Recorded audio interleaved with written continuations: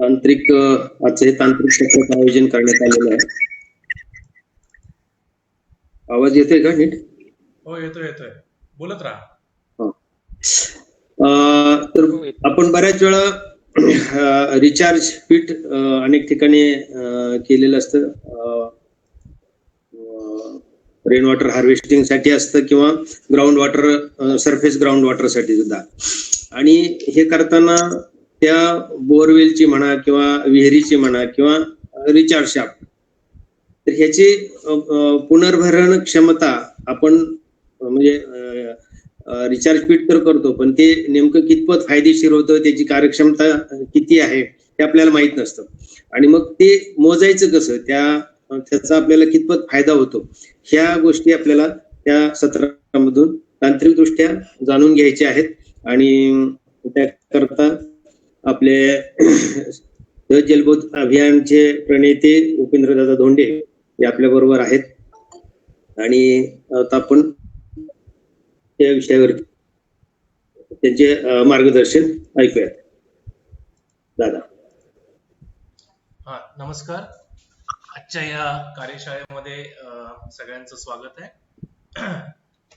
मी अपेक्षा करतो आजची कार्यशाळा जी आहे ती सुरू करण्यापूर्वी एक दोन गोष्टी मी स्पष्ट करू इच्छितो.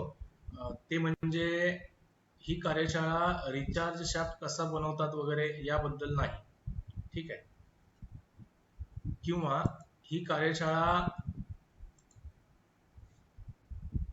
फक्त आणि फक्त परवा मला मध्यंतरी एका ग्रुपवर एका निसर्गरक्षकाने प्रश्न विचारला होता की दादा रिचार्ज शाफ्टनं आपल्याला किती फायदा झाला हे कसं मोजावं, ठीक आहे.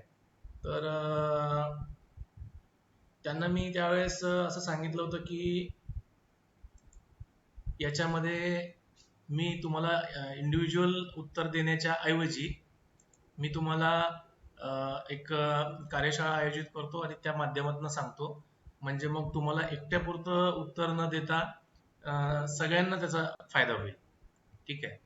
तर त्या प्रश्नाला अनुषंगून आम्ही असं ठरवलं की आपण एक कार्यशाळा आयोजित करूया आणि ज्याचा फायदा जो आहे तो त्यांच्यासोबतच इतर सगळ्यांना होईल. आणि मग विश्वास सूर्यवंशी यांनी हा पुढाकार घेतला आणि ठरवलं की आपण अशी एक कार्यशाळा घेऊया.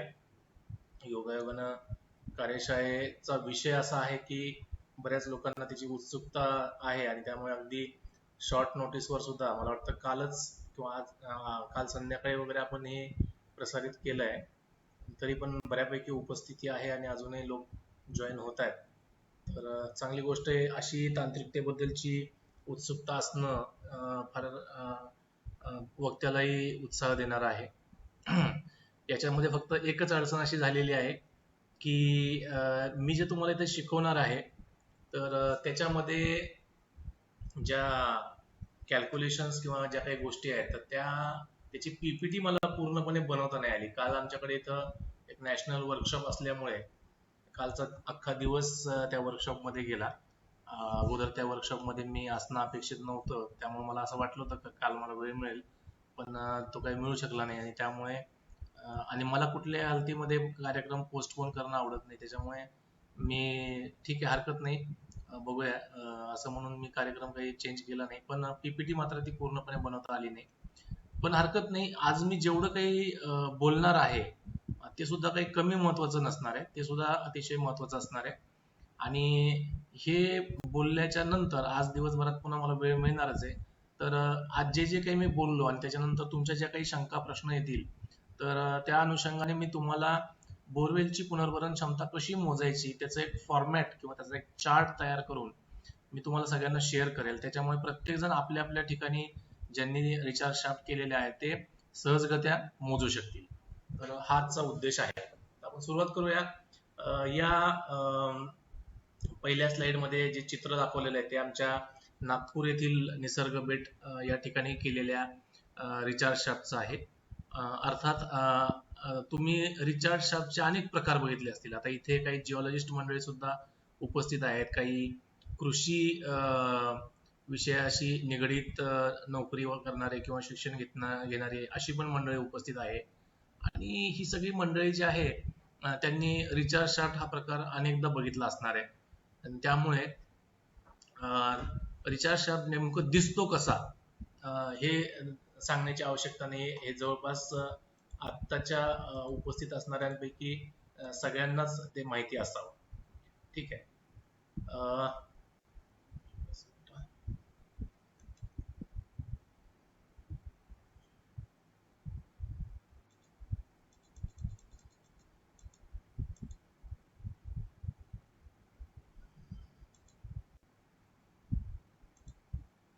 ठीक आहे.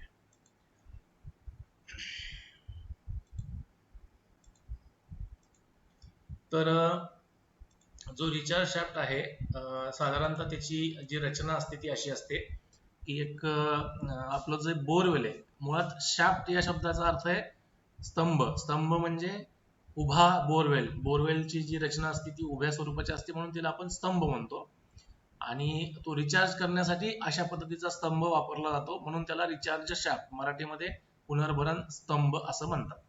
साधारणतः हे पुनर्भरण स्तंभ कुठे करतात? तर ज्या ठिकाणी पाणी साठवू शकतं, थोडी का होईना पाणी साठवण करण्याची जागा उपलब्ध आहे किंवा तिथून पाणी वाहत आहे पावसाळ्यामध्ये, त्या ठिकाणी एक साधारणतः 10x10चा खड्डा करता येईल. किमान मोठाही चालतो पण किमान 10x10चा खड्डा करता येईल. मी फुटात बोलतोय. अशा पद्धतीचा एक खड्डा त्या बोरवेलच्या भोवती, किंवा अगोदर खड्डा करून मग त्यात बोरवेल केलं तरी चालतं. बोरवेल आणि त्याच्या भोवतीचा खड्डा, आणि तो जो खड्डा आहे तो एका विशिष्ट प्रकारच्या गाळप यंत्रणेनं भरलेला. गाळप यंत्रणा म्हणजे काय? जसं त्याच्या विशिष्ट लेयर्स असतात. पहिली लेयर जी असते ती मोठ्या दगडांची असते, दुसरी लेयर जी असते ती अजून थोड्याशा खडी स्वरूपातल्या छोट्या दगडांची असते. त्याच्यामध्ये कुठल्याही प्रकारचे जंतुजन्य विकृती तयार होऊ नये म्हणून त्याच्यामध्ये काही जंतुनाशक स्वरूपात म्हणून काही गोष्टी त्याच्यामध्ये ऍड केल्या जातात. आणि सगळ्यात वरच्या बाजूला जे ते पातळ वाळूचा थर त्याच्यामध्ये जातो की जेणेकरून तिथे साठलेलं जे पाणी आहे ते पूर्णपणे झिरपून मग ते आपल्या बोरवेल मध्ये उतरलं पाहिजे, हा त्याचा प्राथमिक उद्देश असतो. अशा पद्धतीचा हा पुनर्भरण स्तंभ किंवा रिचार्ज शाफ्ट, आता हे जे तुम्हाला चित्रामध्ये दिसतंय तो आम्ही आमच्या पाथर्डी येथील निसर्ग बेट या ठिकाणी केलेला रिचार्ज शाफ्ट आहे. तुम्हाला या चित्रामध्ये माझा कर्सर तुम्हाला जर हलताना दिसत असेल तर ह्या चित्रामध्ये तुम्ही बघत असाल की इथे आम्ही 1, 2, 3 असे 3 रिचार्ज शाफ्ट आम्ही या ठिकाणी केलेले आहेत. ठीक आहे. याच्यात थोड्याशा वरच्या बाजूला एक तलाव आहे जो आता या फोटोमध्ये दिसत नाहीये. तलाव क्षेत्रामध्ये आम्ही रिचार्ज शाफ्ट करू शकलो नाही. याचं कारण असं आहे की त्या ठिकाणी आपल्या ती जागा आपल्या मालकीची नव्हती, पण तलावाच्या जवळ आपण अशा पद्धतीचे रिचार्ज शाफ्ट केलेले आहेत. आणि ही जी तुम्हाला 3 नंबरचा फोटो दिसतोय तर साधारणतः आपण तेवढी जागा वाळूच्या थराच्या वरती, म्हणजे साधारणतः 1.5 ते 2 फूट पाण्याचा कॉलम राहू शकेल एवढी जागा आपण त्याच्या वरती दिलेली आहे. ठीक आहे. अशा पद्धतीचे आपण तिथे 3 रिचार्ज शाफ्ट केले होते की जेणेकरून पाऊस पडल्याच्या नंतर जे पाणी आहे ते या सगळ्या रिचार्ज शाफ्ट मध्ये झिरपेल आणि झिरपून ते सदन ज्यांची ती जागा शेती मालकीची आहे त्यांच्या त्या झाडांना आणि त्यांच्या एकूणच विहिरीला वगैरे त्याचा उपयोग होईल. साधारणतः हे एक जनरलाइज स्ट्रक्चर असतं. याच्यामध्ये फरक साधारणतः कधी कधी काय होतं की तुम्हाला एक दुसरं चित्र दाखवतो ज्याच्यामध्ये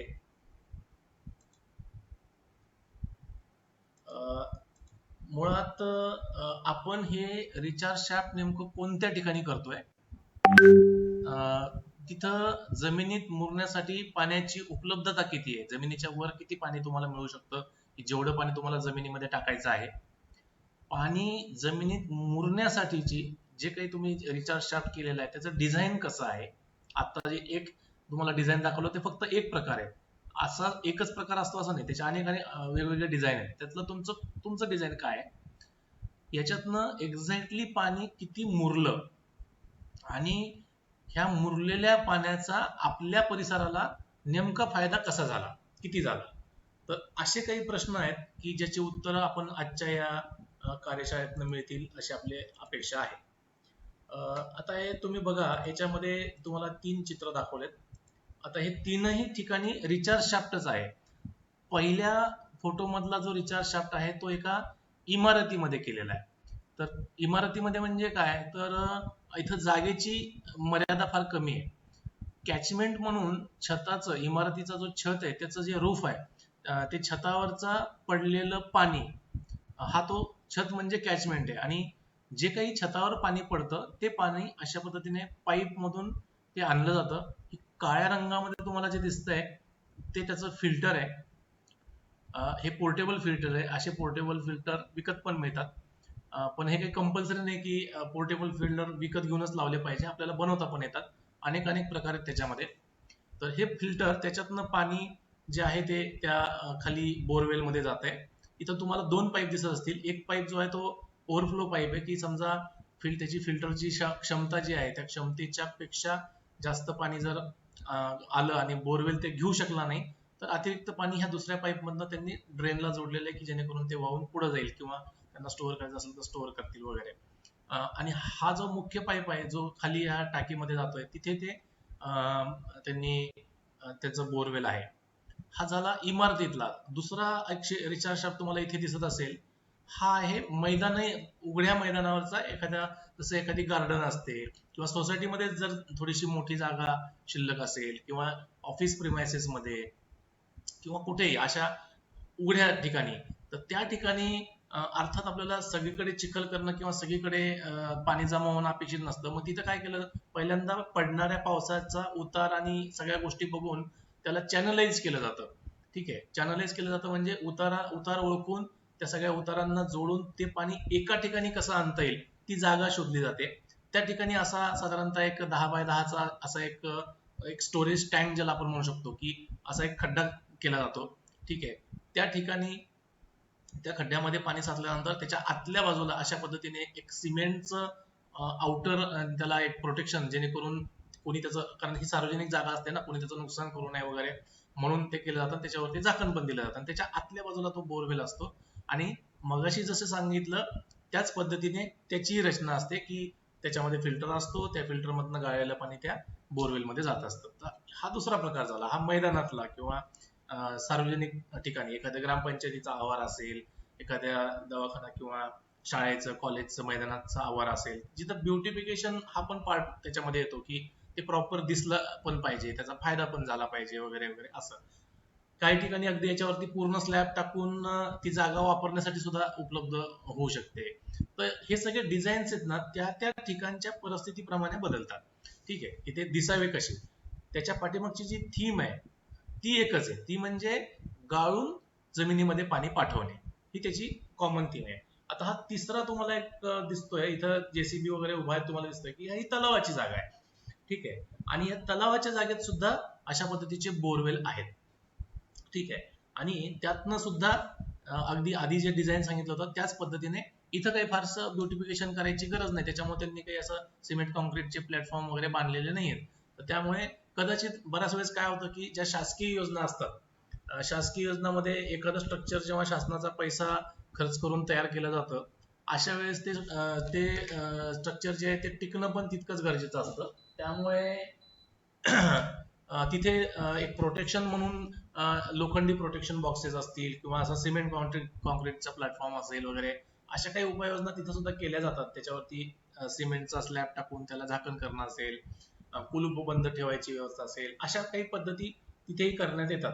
पण त्या काही पाणी जिरण्यासाठी अपरिहार्य नसतात, म्हणजे त्या काही कंपल्सरी नाही आहेत. ठीक आहे, आपण जे पहिल्या फोटोमध्ये तुम्हाला दाखवलंय हे सगळ्यात बेसिक स्ट्रक्चर आहे. म्हणजे जर तुम्हाला परत एकदा दाखवायचं असेल तर हे जे स्ट्रक्चर आहे हे बेसिक स्ट्रक्चर आहे. इथे बघा, इथे तुम्हाला कुठलाही प्लॅटफॉर्म नाहीये, कुठलंही सिमेंट कॉन्क्रिटायझेशन नाहीये, काही नाही, फक्त बोरवेल आहे आणि तो फिल्टरने भरून घेतलेला आहे, बस एवढंच आहे. त्याच्यामुळे हा शेतामध्ये केलाय. शेतामध्ये केला असल्यामुळे इथे या सगळ्या गोष्टींची आवश्यकता नव्हती. त्यामुळे आपण हा किमान खर्चामध्ये केलेला आहे. म्हणजे अगदी खर्च नाही म्हटलं तरी चालेल, त्यांनी घरगुती स्वतःच केलेला आहे. तर या पद्धतीने आपल्याला करता येतं. त्याच्यामुळे सगळ्यात पहिल्यांदा डोक्यातनं हे सगळं दाखवण्याचं माझं उद्देश काय आहे, की सगळ्यात अगोदर डोक्यातनं हे काढून टाकलं पाहिजे, की एखादा जास्त फायदा देणारा रिचार्ज शाफ्ट जर आपल्याला बनवायचा असेल तर तो अमुकच डिझाईनचा असला पाहिजे, असं काहीही नाही. ठीक आहे, अमुकच डिझाईन केलं तरच तो जास्त पाणीचा फायदा देईल, नाही तर देणार नाही असं नाही. प्रोटेक्शन, त्याचं ब्युटिफिकेशन आणि बाकीच्या गोष्टीमुळे हे डिझाईन थोडे थोडे बदलतात. पण आणि जागेच्या उपलब्धतेप्रमाणे त्याच्यामुळे तलाव ओढापात्रामध्ये असलेला रिचार्ज शाफ्ट, मैदानात किंवा उद्यानात असलेला रिचार्ज शाफ्ट किंवा इमारतीमध्ये केलेला, या सगळ्यांचं वर्किंग जे आहे ते वर्किंग मात्र जवळपास एकसारखंच असतं. ठीक आहे. तर मी जसं तुम्हाला सांगितलं की मला ते पीपीटी बनवणं शक्य झालं नाही, त्याच्यामुळे मी तुम्हाला काय करणार आहे की इथे थोडस हे करून सांगणार आहे, म्हणजे प्रत्यक्ष तुमच्या समोरच मी पीपीटी एडिट करतोय, म्हणजे मग तुम्हाला ती समजेल. ठीक आहे. हे पहा, आता सगळ्यात महत्वाची गोष्ट ती म्हणजे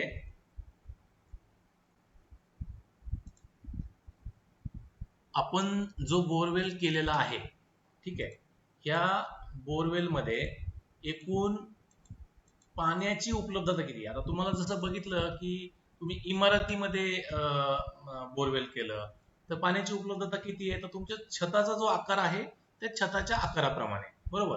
म्हणजे काय की जो छताचा आकार आहे, लांबी, ठीक आहे, गुणिले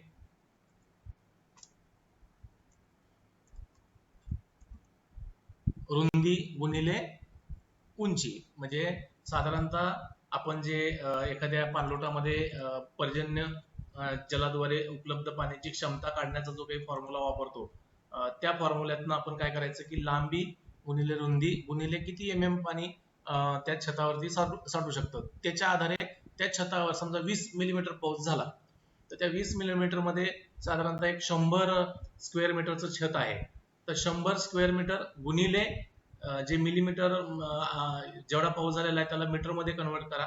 म्हणजे समजा 20 मिलीमीटर पाऊस झाला असेल तर त्याला मीटर मध्ये किती होणार, 0.02, म्हणजे भागिले 0.002, तर 0.002 गुणिले 100 स्क्वेअर मीटर, या दोन्हीचा गुणाकार जो येईल त्याचं जे उत्तर होईल ते क्युबिक मीटर मध्ये येईल. म्हणजे किती येईल ते 100 गुणिले 0.002 जे काय आहे त्याचं आलेलं उत्तर बरोबर क्युबिक मीटर. समजा त्याचं उत्तर आलं 2 क्युबिक मीटर, तर एका क्युबिक याच्यामध्ये मीटरमध्ये किती पाणी, तर 1000 लिटर, म्हणजे 2 गुणिले 1000, म्हणजे तेवढं छत आपल्याला 2000 लिटर पाणी आपल्याला देत आहे, असं त्याचा अर्थ आहे. मग आपण आपल्या छताच्या आकारानुसार आपल्याला जे काही पाणी किती मिळणार आहे हे आपल्याला कळणार आहे. हे झालं छतासाठी, बरोबर आहे. आता समजा आपण असं मानूया की छताच्या ऐवजी आपल्याकडे आता हे झालं इमारतीमध्ये जे काही आपल्याकडे उपलब्ध आहे, पण समजा इमारतीच्या ऐवजी आता हे मैदान आहे समोरचं, मैदान किंवा गार्डन. आता इथलं पाणी, आता या ठिकाणी तर सगळीकडेच पाऊस पडतोय, बरोबर आहे. मग तो सगळ्याच्या सगळा पडलेला पाऊस काय आपल्या त्या रिचार्ज शाफ्ट मध्ये येणार नाहीये. मग आपल्याकडे त्या रिचार्ज शाफ्ट मध्ये किती पाणी येणार आहे, तर हा जो खड्डा भरलेला आहे हा 10 बाय 10 खड्डा असेल, किंवा त्याला मीटर मध्ये केलं तर आपण 3 बाय 3 बाय 3 असं पण म्हणू शकतो. ठीक आहे, जो काही त्याचा आकारमान असेल समजा, तर हा आकाराचा खड्डा पाऊस पडला का, पाऊस 2 मिलीमीटर पडो नाही तर 200 मिलीमीटर पडो, हा खड्डा एकदा का भरला की त्या भरलेल्या खड्ड्यातनं आपल्या रिचार्ज शाफ्ट मध्ये पाणी जाणार आहे. ठीक आहे. आता आपल्याला असा विचार करायचा आहे की एका पावसाळ्यामध्ये हा खड्डा जो आहे तो किती वेळा भरू शकतो. एकदा भरेल, दोनदा भरेल, तीनदा भरेल, चारदा भरेल. आता हा किती वेळा भरू शकतो हे कसं काढायचं, तर साधारणतः आपल्याला अंदाज येऊ शकतो की ह्या खड्ड्याचं जे एकूण आकारमान, याची लांबी, रुंदी आणि खोली, ह्या याच्याप्रमाणे ह्या खड्ड्याची साठा क्षमता आपल्याला काढता येते. समजा साठा क्षमता हा 20,000 लिटरचा खड्डा आहे असं आपण समजूया. आता 20,000 लिटरचा खड्डा भरण्यासाठी हे जे चॅनलायझिंग केलेलं आहे त्या चॅनलायझिंग मधनं 20,000 लिटरचा खड्डा किती वेळात भरतो आणि किती मिलीमीटर पाऊस पडल्यानंतर भरतो, हे आपल्याला गणित काढता येतं. त्याच्या आधारे आपल्याला साधारणतः आम्ही एक ढोबळ मानाने असं मानतो की 10 मिलीमीटर पेक्षा जास्त पाऊस झाला एखाद्या इमारतीच्या ठिकाणी किंवा छताच्या ठिकाणी किंवा तलावाच्या ठिकाणी, तर त्या 10 मिलीमीटर मध्ये एवढा खड्डा तर आरामशीर भरू शकतो. ठीक आहे. आणि मग वर्षभरामध्ये त्या परिसरामध्ये पूर्ण मान्सून मध्ये 10 मिलीमीटरचे किती पाऊस पडले, ह्याचं जर आपण गणित काढलं तर हा खड्डा तितक्या वेळेस भरला जाऊ शकतो, हे आपल्याला त्याच्यातनं कळू शकतो. ठीक आहे. तर आपण एक ढोबळ मनानं असं गृहीत धरून चालू की हा जो 20,000 लिटरचा जो खड्डा आहे तो साधारणपणे एक 10 वेळा भरला. 20,000 गुणिले 10 म्हणजे किती झालं? 20,000 गुणिले 10 2 लाख. तर 2 लाख लिटर पाणी आपल्याला तिथे जिरवण्यासाठी उपलब्ध आहे. ते जिरलं की नाही अजून काढायचं आहे आपल्याला. जिरण्यासाठी 2 लाख लिटर पाणी उपलब्ध आहे. पहिल्या फोटोमध्ये छतावरच्या आकाराप्रमाणे तिथे सुद्धा हाच नियम आहे. छताचा आकार आपला 100 स्क्वेअर मीटर होता आणि पाऊस पडला त्याच्यातनं किती पाणी आलं, असं किती वेळा पाऊस पडल्यानंतर आपल्याला छतातनं किती पाणी मिळणार आहे. मग एका संपूर्ण पावसाळ्यामध्ये 100 स्क्वेअर मीटरचं जे छत आहे ते आपल्याला साधारणपणे एक 2 लाख लिटर पाणी देईल, 10 लाख लिटर पाणी देईल. छताच्या आकाराप्रमाणे कमी जास्त होणार ते. मिनिमम एखादा छोटा बंगला असेल तर तो बंगला सुद्धा आपल्याला जवळपास एक 2-3 लाख लिटर पर्यंत पाणी पूर्ण पावसाळ्यामध्ये देऊ शकतो. ठीक आहे. इमारत असेल तर अजून जास्त होईल. 2-4 इमारती कनेक्टेड असतील अजून वाढेल. ठीक आहे. एकूण पाणी आणि हा तलाव आहे समजा, तर तलावाची लांबी रुंदी खोली याच्याप्रमाणे जे काही पाऊस पडून हा तलाव गच्च भरणार आहे तर तेवढं पाणी आपल्याला जमिनीमध्ये मुरवण्यासाठी उपलब्ध आहे. मुरलं नाही, उपलब्ध आहे, फक्त उपलब्ध आहे. तर आपल्याला सगळ्यात पहिल्यांदा जे गणित करायचंय ते गणित असं करायचंय की आपण जिथे कुठे अशा पद्धतीचे रिचार्ज शाफ्ट करणार आहोत तर आपल्याकडे जमिनीत जिरवण्यासाठी पाणी किती उपलब्ध आहे ते पहिल्यांदा काढावं लागणार. ठीक आहे. आणि मग समजा आपला तलाव आहे. आता तुम्ही बघत असाल ह्या तलावामध्ये तुम्हाला 2 ठिकाणी रिचार्ज शाफ्ट दिसत आहेत किंवा मगाशी याच्या आधी जे मी चित्र दाखवलं हे वालं, याच्यामध्ये आम्ही 4 ठिकाणी आम्ही तलाव केलेले आहेत. ठीक आहे. सॉरी, रिचार्ज शाफ्ट केलेले आहेत. म्हणजे काय की आम्ही साधारणपणे एक अंदाज बांधलेला आहे की एक रिचार्ज शाफ्ट अमुक इतकं पाणी जमिनीमध्ये जिरवू शकतो. म्हणून एकूण जर आमच्याकडे समजा एक रिचार्ज शाफ्ट संपूर्ण पावसाळ्यामध्ये जर 2 लाख लिटर पाणी जमिनीमध्ये जिरू शकतो जर आपण असं गृहीत धरलं तर त्या ठिकाणी जर माझ्याकडे 50 लाख लिटर पाणी जमिनीत जिरवायला उपलब्ध असेल आणि एक बोरवेल जर 2 लाख जिरवत असेल तर एकूण 25 रिचार्ज शाफ्ट मी करू शकतो. लक्षात आलं का? एक रिचार्ज शाफ्ट जो आहे तो 2 लाख घेईल. अशा पद्धतीने रिचार्ज शाफ्टची जी संख्या आहे ती तिथल्या जागेप्रमाणे जल उपलब्धता किती आहे जिरवण्यासाठी त्या जल उपलब्धतेप्रमाणे आपल्याला ठरवता येते. पण बऱ्याच वेळेस काय होतं की हे बोरवेल जे आहे हे नेमकं पाणी पितं किती किंवा ते नेमकं पाणी घेतं किती हेच माहिती नसल्यामुळे आपल्याला जरी माझ्याकडे 50 लाख लिटर पाणी त्या तलावामध्ये उपलब्ध आहे जमिनीमध्ये जिरवण्यासाठी किंवा माझ्या इमारतीवरती 20 लाख लिटर पाणी उपलब्ध आहे जमिनीत जिरवण्यासाठी तरी सुद्धा हे 20 लाख लिटर पाणी माझं बोरवेल ऍक्सेप्ट करेल का, ते पाणी घेईल का?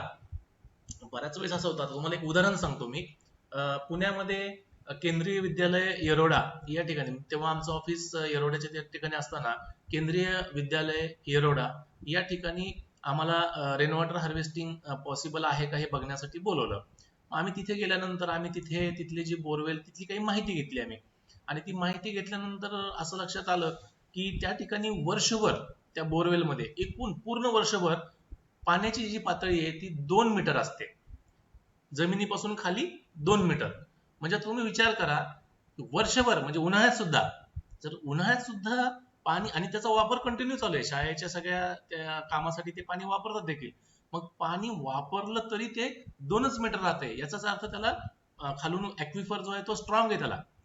अशा स्थितीमध्ये जर आपण पुन्हा छतावरचं पाणी त्याच्यामध्ये जर टाकलं तर तो बोरवेल ऍक्सेप्ट करेल का? तर तो बोरवेल अजिबातही ऍक्सेप्ट करणार नाही. ठीक आहे.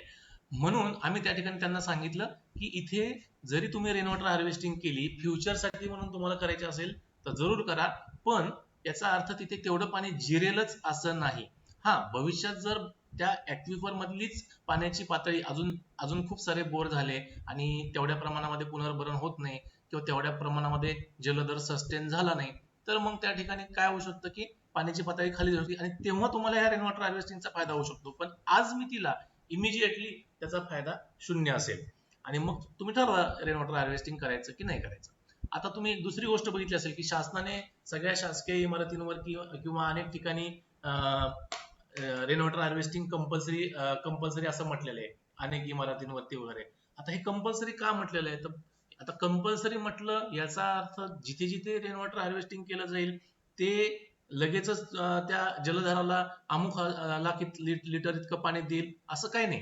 काय जलधारामध्ये किती पाणी ऍक्सेप्ट करायचं हे ठरवणं हे संपूर्णपणे त्या ऍक्विफरच्या गुणधर्मांवरती अवलंबून असतं, तिथल्या गुणधर्मांवरती अवलंबून असतं. आपण पाणी किती सोडतो त्याच्यावरती ते अवलंबून नाही. काय आपलं काम एकच असतं की ते बोरवेल जेवढं पाणी ऍक्सेप्ट करू शकतं तेवढं पाणी, त्या म्हणजे साध्या सोप्या भाषेत जर सांगायचं की त्या बोरवेलची जेवढी भूक आहे तेवढं त्याच्या ताटामध्ये वाढून ठेवलेलं असलं पाहिजे. म्हणजे ताटातच नसेल तर मग ते खाईल कुठनं ना, त्याच्यामुळे त्याच्या ताटात मात्र असलं पाहिजे. आणि म्हणून छतावरचं पाणी, तलावातलं पाणी, जिथे कुठे अशा पाणी साठणाऱ्या जागा आहेत किंवा साठवू शकतो आणि आपण त्या बोरवेलकडे डायव्हर्ट करू शकतो, अशा जागा निवडून आपण तिथे रिचार्ज शाफ्ट करू शकतो. मग ते आपण नदी पात्रात, ओढा पात्रात करू शकतो, पाझर तलावाच्या पात्रात करू शकतो, इमारतींच्या आवारात करू शकतो, सगळीकडे. म्हणजे कुठे करावं असं काही नाही, एनी कोणत्याही ठिकाणी आपण रिचार्ज शाफ्ट करू शकतो. फक्त अट एकच आहे की हा रिचार्ज शाफ्ट करत असताना त्याची घेण्याची क्षमता किती आहे ती काढली पाहिजे. आता एखाद्या रिचार्ज शाफ्टची घेण्याची क्षमता किती आहे हे कसं काढायचं, तर याच्यासाठी एक शब्द आहे पहा, तुम्हाला याच्यामध्ये दिसत असेल, कारण मी आज पीपीटी बनवू शकलो नाही त्याच्यामुळे सगळ्या गोष्टी तुम्हाला पीपीटी सांगता येणार नाही, पण मी तुम्हाला नंतर बनवून ह्या सगळ्या गोष्टी ज्या आहेत त्या तुम्हाला एक बुकलेटच्या स्वरूपामध्ये मी तुम्हाला आजच देणार आहे. ठीक आहे, कारण काल मला ह्याच्यात वेळच मिळाला नाही, त्याच्यामुळे तुम्हाला मी आज मात्र मी आश्वासन देतो की तुम्हाला आज मी बुकलेटच्या स्वरूपात ही सगळी माहिती देतो, जेवढं मी आज तुम्हाला शिकवणार आहे. आता हे तुम्ही शिकवताना तुमच्या किती लक्षात राहील, तुम्ही किती लक्ष देऊन ऐकताय तेवढं बघा. बाकी तुम्हाला रिव्हिजन व्हावं किंवा आत्ता बोललेलं पुन्हा लक्षात यावं म्हणून तुम्हाला मी हे साहित्याच्या स्वरूपात सुद्धा लिहून सुद्धा तुम्हाला मी देईल मराठीमध्ये. ठीक आहे. तर स्पेसिफिक यील्ड, विशिष्ट जल उत्पादकता असं त्याला मराठीमध्ये म्हणतो. ही जल उत्पादकता, किंवा आता मराठी शब्द फार तुम्हाला जड वाटत असेल तर आपण इंग्लिशमध्येच हे करूया. स्पेसिफिक यील्ड, प्रत्येक बोरवेलचं एका विशिष्ट जलधर सिच्युएशन मध्ये एक स्पेसिफिक यील्ड नावाची त्याची एक व्हॅल्यू जी असते ती येत असते. ठीक आहे.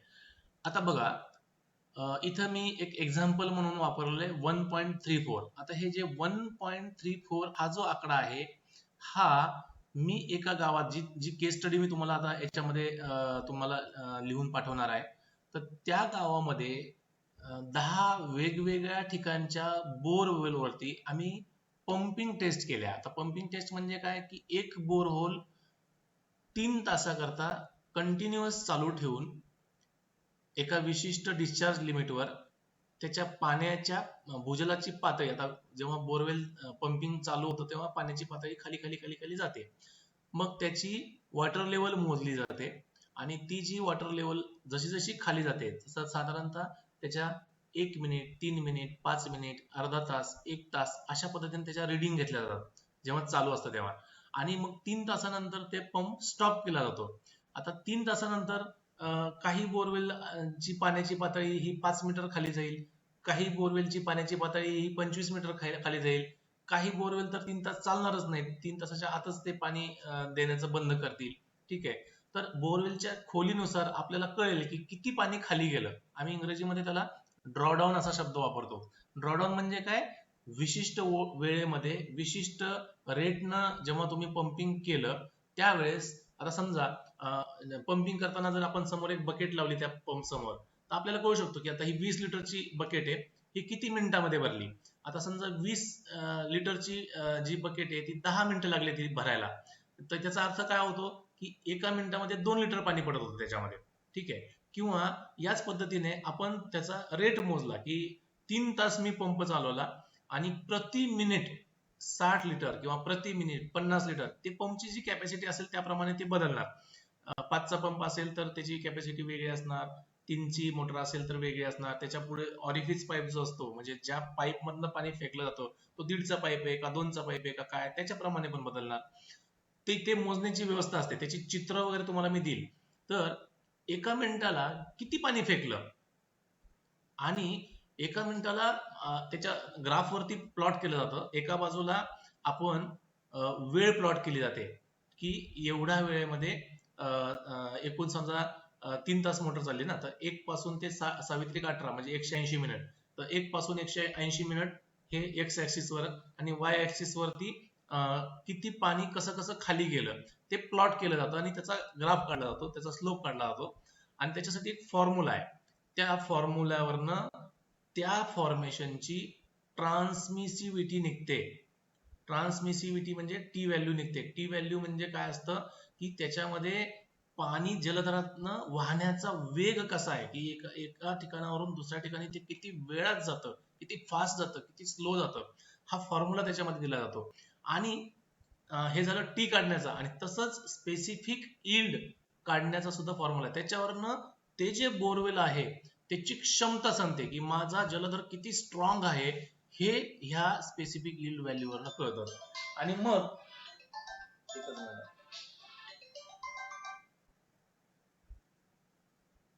सॉरी फोन आला. हा, तर त्याच्यावरनं आपल्याला त्या बोरवेलची क्षमता समजते. आता हे जे बोरवेल आहे, वेगवेगळे बोरवेल एखाद्या विशिष्ट परिसरामध्ये असतात.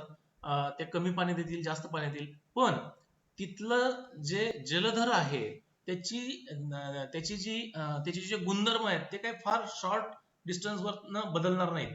आणि म्हणून साधारणपणे अनेक ठिकाणी अशा टेस्ट केल्यानंतर त्या परिसरातल्या जलधराची स्पेसिफिक यील्ड व्हॅल्यू किती आहे, सरासरी स्पेसिफिक यील्ड व्हॅल्यू किती आहे, ती आपल्याला काढता येईल. किंवा एका बोरवेल पुरती सुद्धा काढता येईल की याची स्पेसिफिक यील्ड व्हॅल्यू एवढी एवढी आहे. ठीक आहे. आता आपल्याला हा आकडा मिळाला.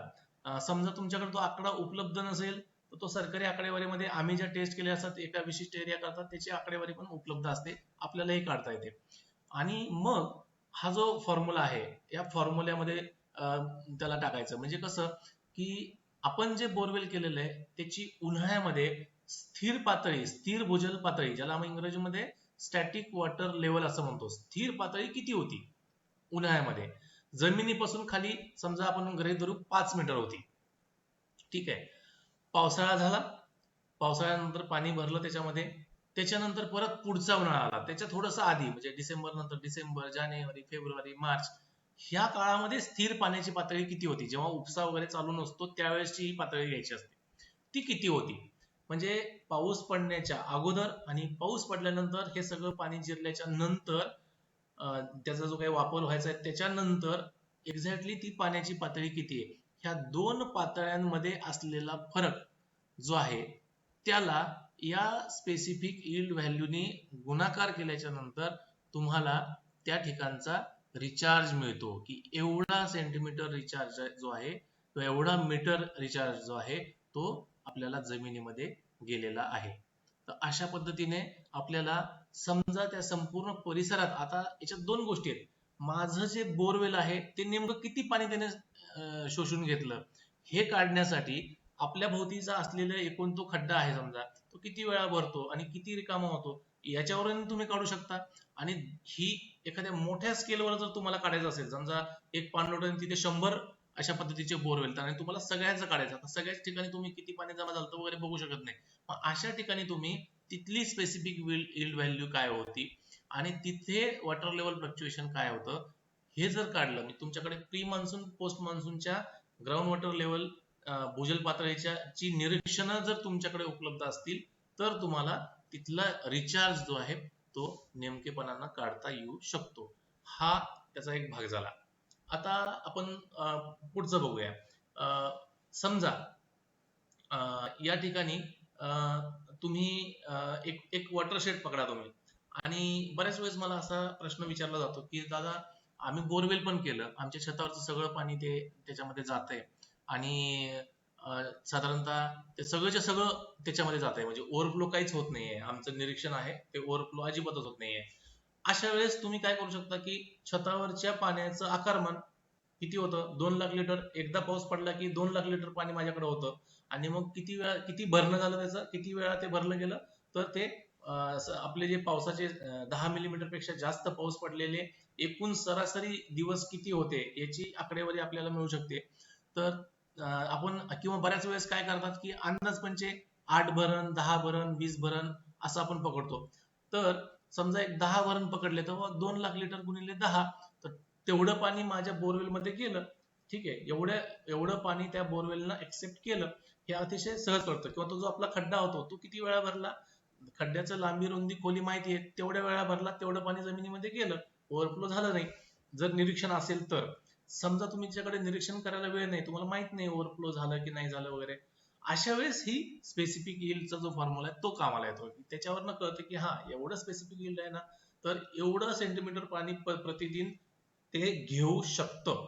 ठीक आहे, हे आपल्याला त्याच्यातनं कळलं. आणि मग जेवढं ते घेऊ शकलं तेवढं गुणिले तेवढे दिवस, त्याला किती दिवस मिळाले पाणी घ्यायला, किती वेळा ते भरलं असेल, तर तेवढ्या दिवसाला जर तुम्ही मल्टिप्लाय केला तर आपल्याला इतकं पाणी या ठिकाणी मिळालं, ही आकडेवारी जी आहे ते याच्यातनं आपल्याला काढता येऊ शकते.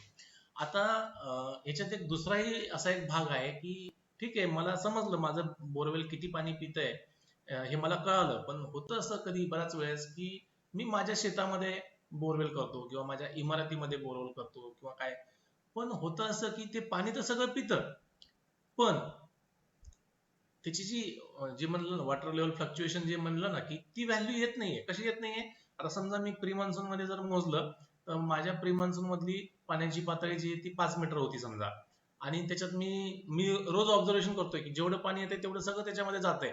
ठीक आहे, आणि जेव्हा पोस्ट मान्सूनची मी वॉटर लेवल घेतली तेव्हा ती 5 मीटर आलेली आहे. मग हे कसं काय? मग मी कसं काय समजायचं की मग काय रिचार्ज झालंच नाही का? पण माझ्या डोळ्याने तर बघितलंय रिचार्ज सगळा त्याच्यामध्ये गेलेला आहे, पाणी सगळं त्याच्यात जमा झालेलं आहे. मग कसं समजायचं? तर म्हणूनच एका बोरहोलवरनं रिचार्ज किती झाला हे जरी समजत असलं तरी तो रिचार्ज झालेला मलाच मिळेल असा त्याचा अर्थ होत नाही. कारण तो रिचार्ज त्या बोरवेलनं घेतला, पण घेतल्यानंतर तो त्या जलधरामध्ये डिस्पर्स झाला, म्हणजे जलधरामध्ये समाविष्ट झाला. आणि समाविष्ट झाल्याच्या नंतर तो इतर ठिकाणी लोकांना वापरायला मिळाल्यामुळे आणि तुमचं बोरवेलचं लोकेशन ज्या ठिकाणी आहे त्याच्या डाऊन स्ट्रीमला त्याचा पाण्याचा अतिरिक्त उपसा असल्यामुळे तुमच्या बोरवेलच्या पाण्याची जी पातळी आहे ती वाढलीच नाही. म्हणजे जेवढं पाणी आपण म्हणतो ना, समजा आपण एखाद्या मुलाला अंगी लागत नाही असं म्हणतो आपण, की तो खातो भरपूर पण सगळं त्याचं निघूनच जातं, म्हणजे काय त्याला ते अंगी लागतच नाही, त्याच्यामुळे अंगावर बाळसं येतच नाहीये. याचा अर्थ काय होतो की जे प्रोटीन्स कॅलरीज वगैरे त्याला भेटायला पाहिजे ते भेटत नाही, त्याच्या अंगावर बाळसं येत नाही. तसं ज्या ठिकाणी तुम्ही बोरवेल रिचार्ज केलेला आहे तिथं ते लागूच होत नाहीये, ते तो रिचार्ज आहे तो पुढे निघून जातोय. म्हणजेच काय आहे की तुमचं बोरवेल लोकेशन आहे ते डिस्चार्ज एरियामध्ये आहे, तिथे पाणी रिचार्ज एरियातून ते पुढे निघून जात आहे. ठीक आहे, असं जर झालं तर तुम्हाला ती फ्लक्च्युएशन मेथडने तुम्हाला एक्झॅक्टली किती पाणी आपल्याला मिळालं हे काढता येण्याचं. हा स्पेसिफिक विल्ड व्हॅल्यू असल्यामुळे माझं बोरवेल पाणी किती पित आहे हे तर तुम्हाला कळणारच आहे. आता राहिला त्याचा झालेला फायदा. तर अशा वेळेस आपण एखाद्या पाणलोटा, म्हणूनच आम्ही नेहमी जल आराखडा बनवताना किंवा विविध आमच्या अभ्यासामध्ये विहीर आणि बोरहोल निरीक्षण हा एक फार महत्वाचा घटक मानतो. आणि अशा पद्धतीची विहीर आणि बोरहोल निरीक्षण करत असताना आम्ही काय करतो की एका संपूर्ण पाणलोटामध्ये माथ्यापासून ते पायथ्यापर्यंत आपण वेगवेगळ्या ठिकाणच्या बोरवेलची आणि विहिरींची निरीक्षण घेतो. आणि मग तिथे मात्र कुठंच तुम्हाला फ्लक्च्युएशन मध्ये फरक पडला नाही असं तर कधीच होणार नाही. तुम्हाला हे फ्लक्च्युएशनचं व्हेरिएशन मिळणारच 100%. आणि मग तुमच्या लक्षात येईल की हा डाऊनस्ट्रीमच्या विहिरींचं पाणी वाढलंय. कसं वाढलंय? आधी प्री मान्सूनची पाण्याची पातळी एवढी होती आणि आता एवढी आहे. आणि मग हे पाणी कुठून आलं? त्यांनी तर रिचार्ज मेजर काही केली नव्हती. तर हे पाणी कुठून आलं? तर वरच्या साईडला ज्यांनी कुणी हा रिचार्ज साठी प्रोव्हिजन केली होती त्याच्यातनं ते पाणी आलेलं आहे. तर अशा पद्धतीने आपण एखाद्या परिसरामध्ये एकूण अशा पद्धतीच्या रिचार्ज शाफ्टची एकूण संख्या, त्याची ग्रहण शक्ती घेण्याची कॅपॅसिटी याच्या आधारे त्या परिसरामध्ये किती पाणी मुरलं हे आपण निश्चित काढू शकतो. याच्या व्यतिरिक्त आता हे सगळं झालं जेव्हा तुम्ही हे स्ट्रक्चर कराल किंवा केल्याच्या नंतरची गोष्ट झाली. अजून एक दुसरा पर्याय आहे, जेव्हा तुमच्याकडे बोरवेल असतं. ठीक आहे, आता तुम्हाला मी जे स्पेसिफिक यील्ड सांगितलं ते बोरवेल मधल्या पाण्याचा उपसा करून, ठीक आहे, त्याच्या रिडिंग घेऊन स्पेसिफिक यील्ड काढलेले आहे. पण ह्याच्या ऐवजी समजा तुमच्या बोरहोल मोटरच बसवली नाही, तुम्हाला मोटर बसवायची पण नाही, तुम्हाला फक्त रिचार्ज शाफ्ट म्हणून बोर करायचं आहे आणि त्याच्यामध्ये पाणी जिरवायचं, त्यात पंपाचा काही भानगडच नाही, पण पंप वगैरे त्यात नाहीये. अशा स्थितीमध्ये मग कसा मोजायचा? तर त्याच्यामध्ये एक वेगळी टेस्ट आहे ज्याला आम्ही इंग्रजीमध्ये स्लग टेस्ट असं म्हणतो. आता स्लग टेस्ट म्हणजे काय?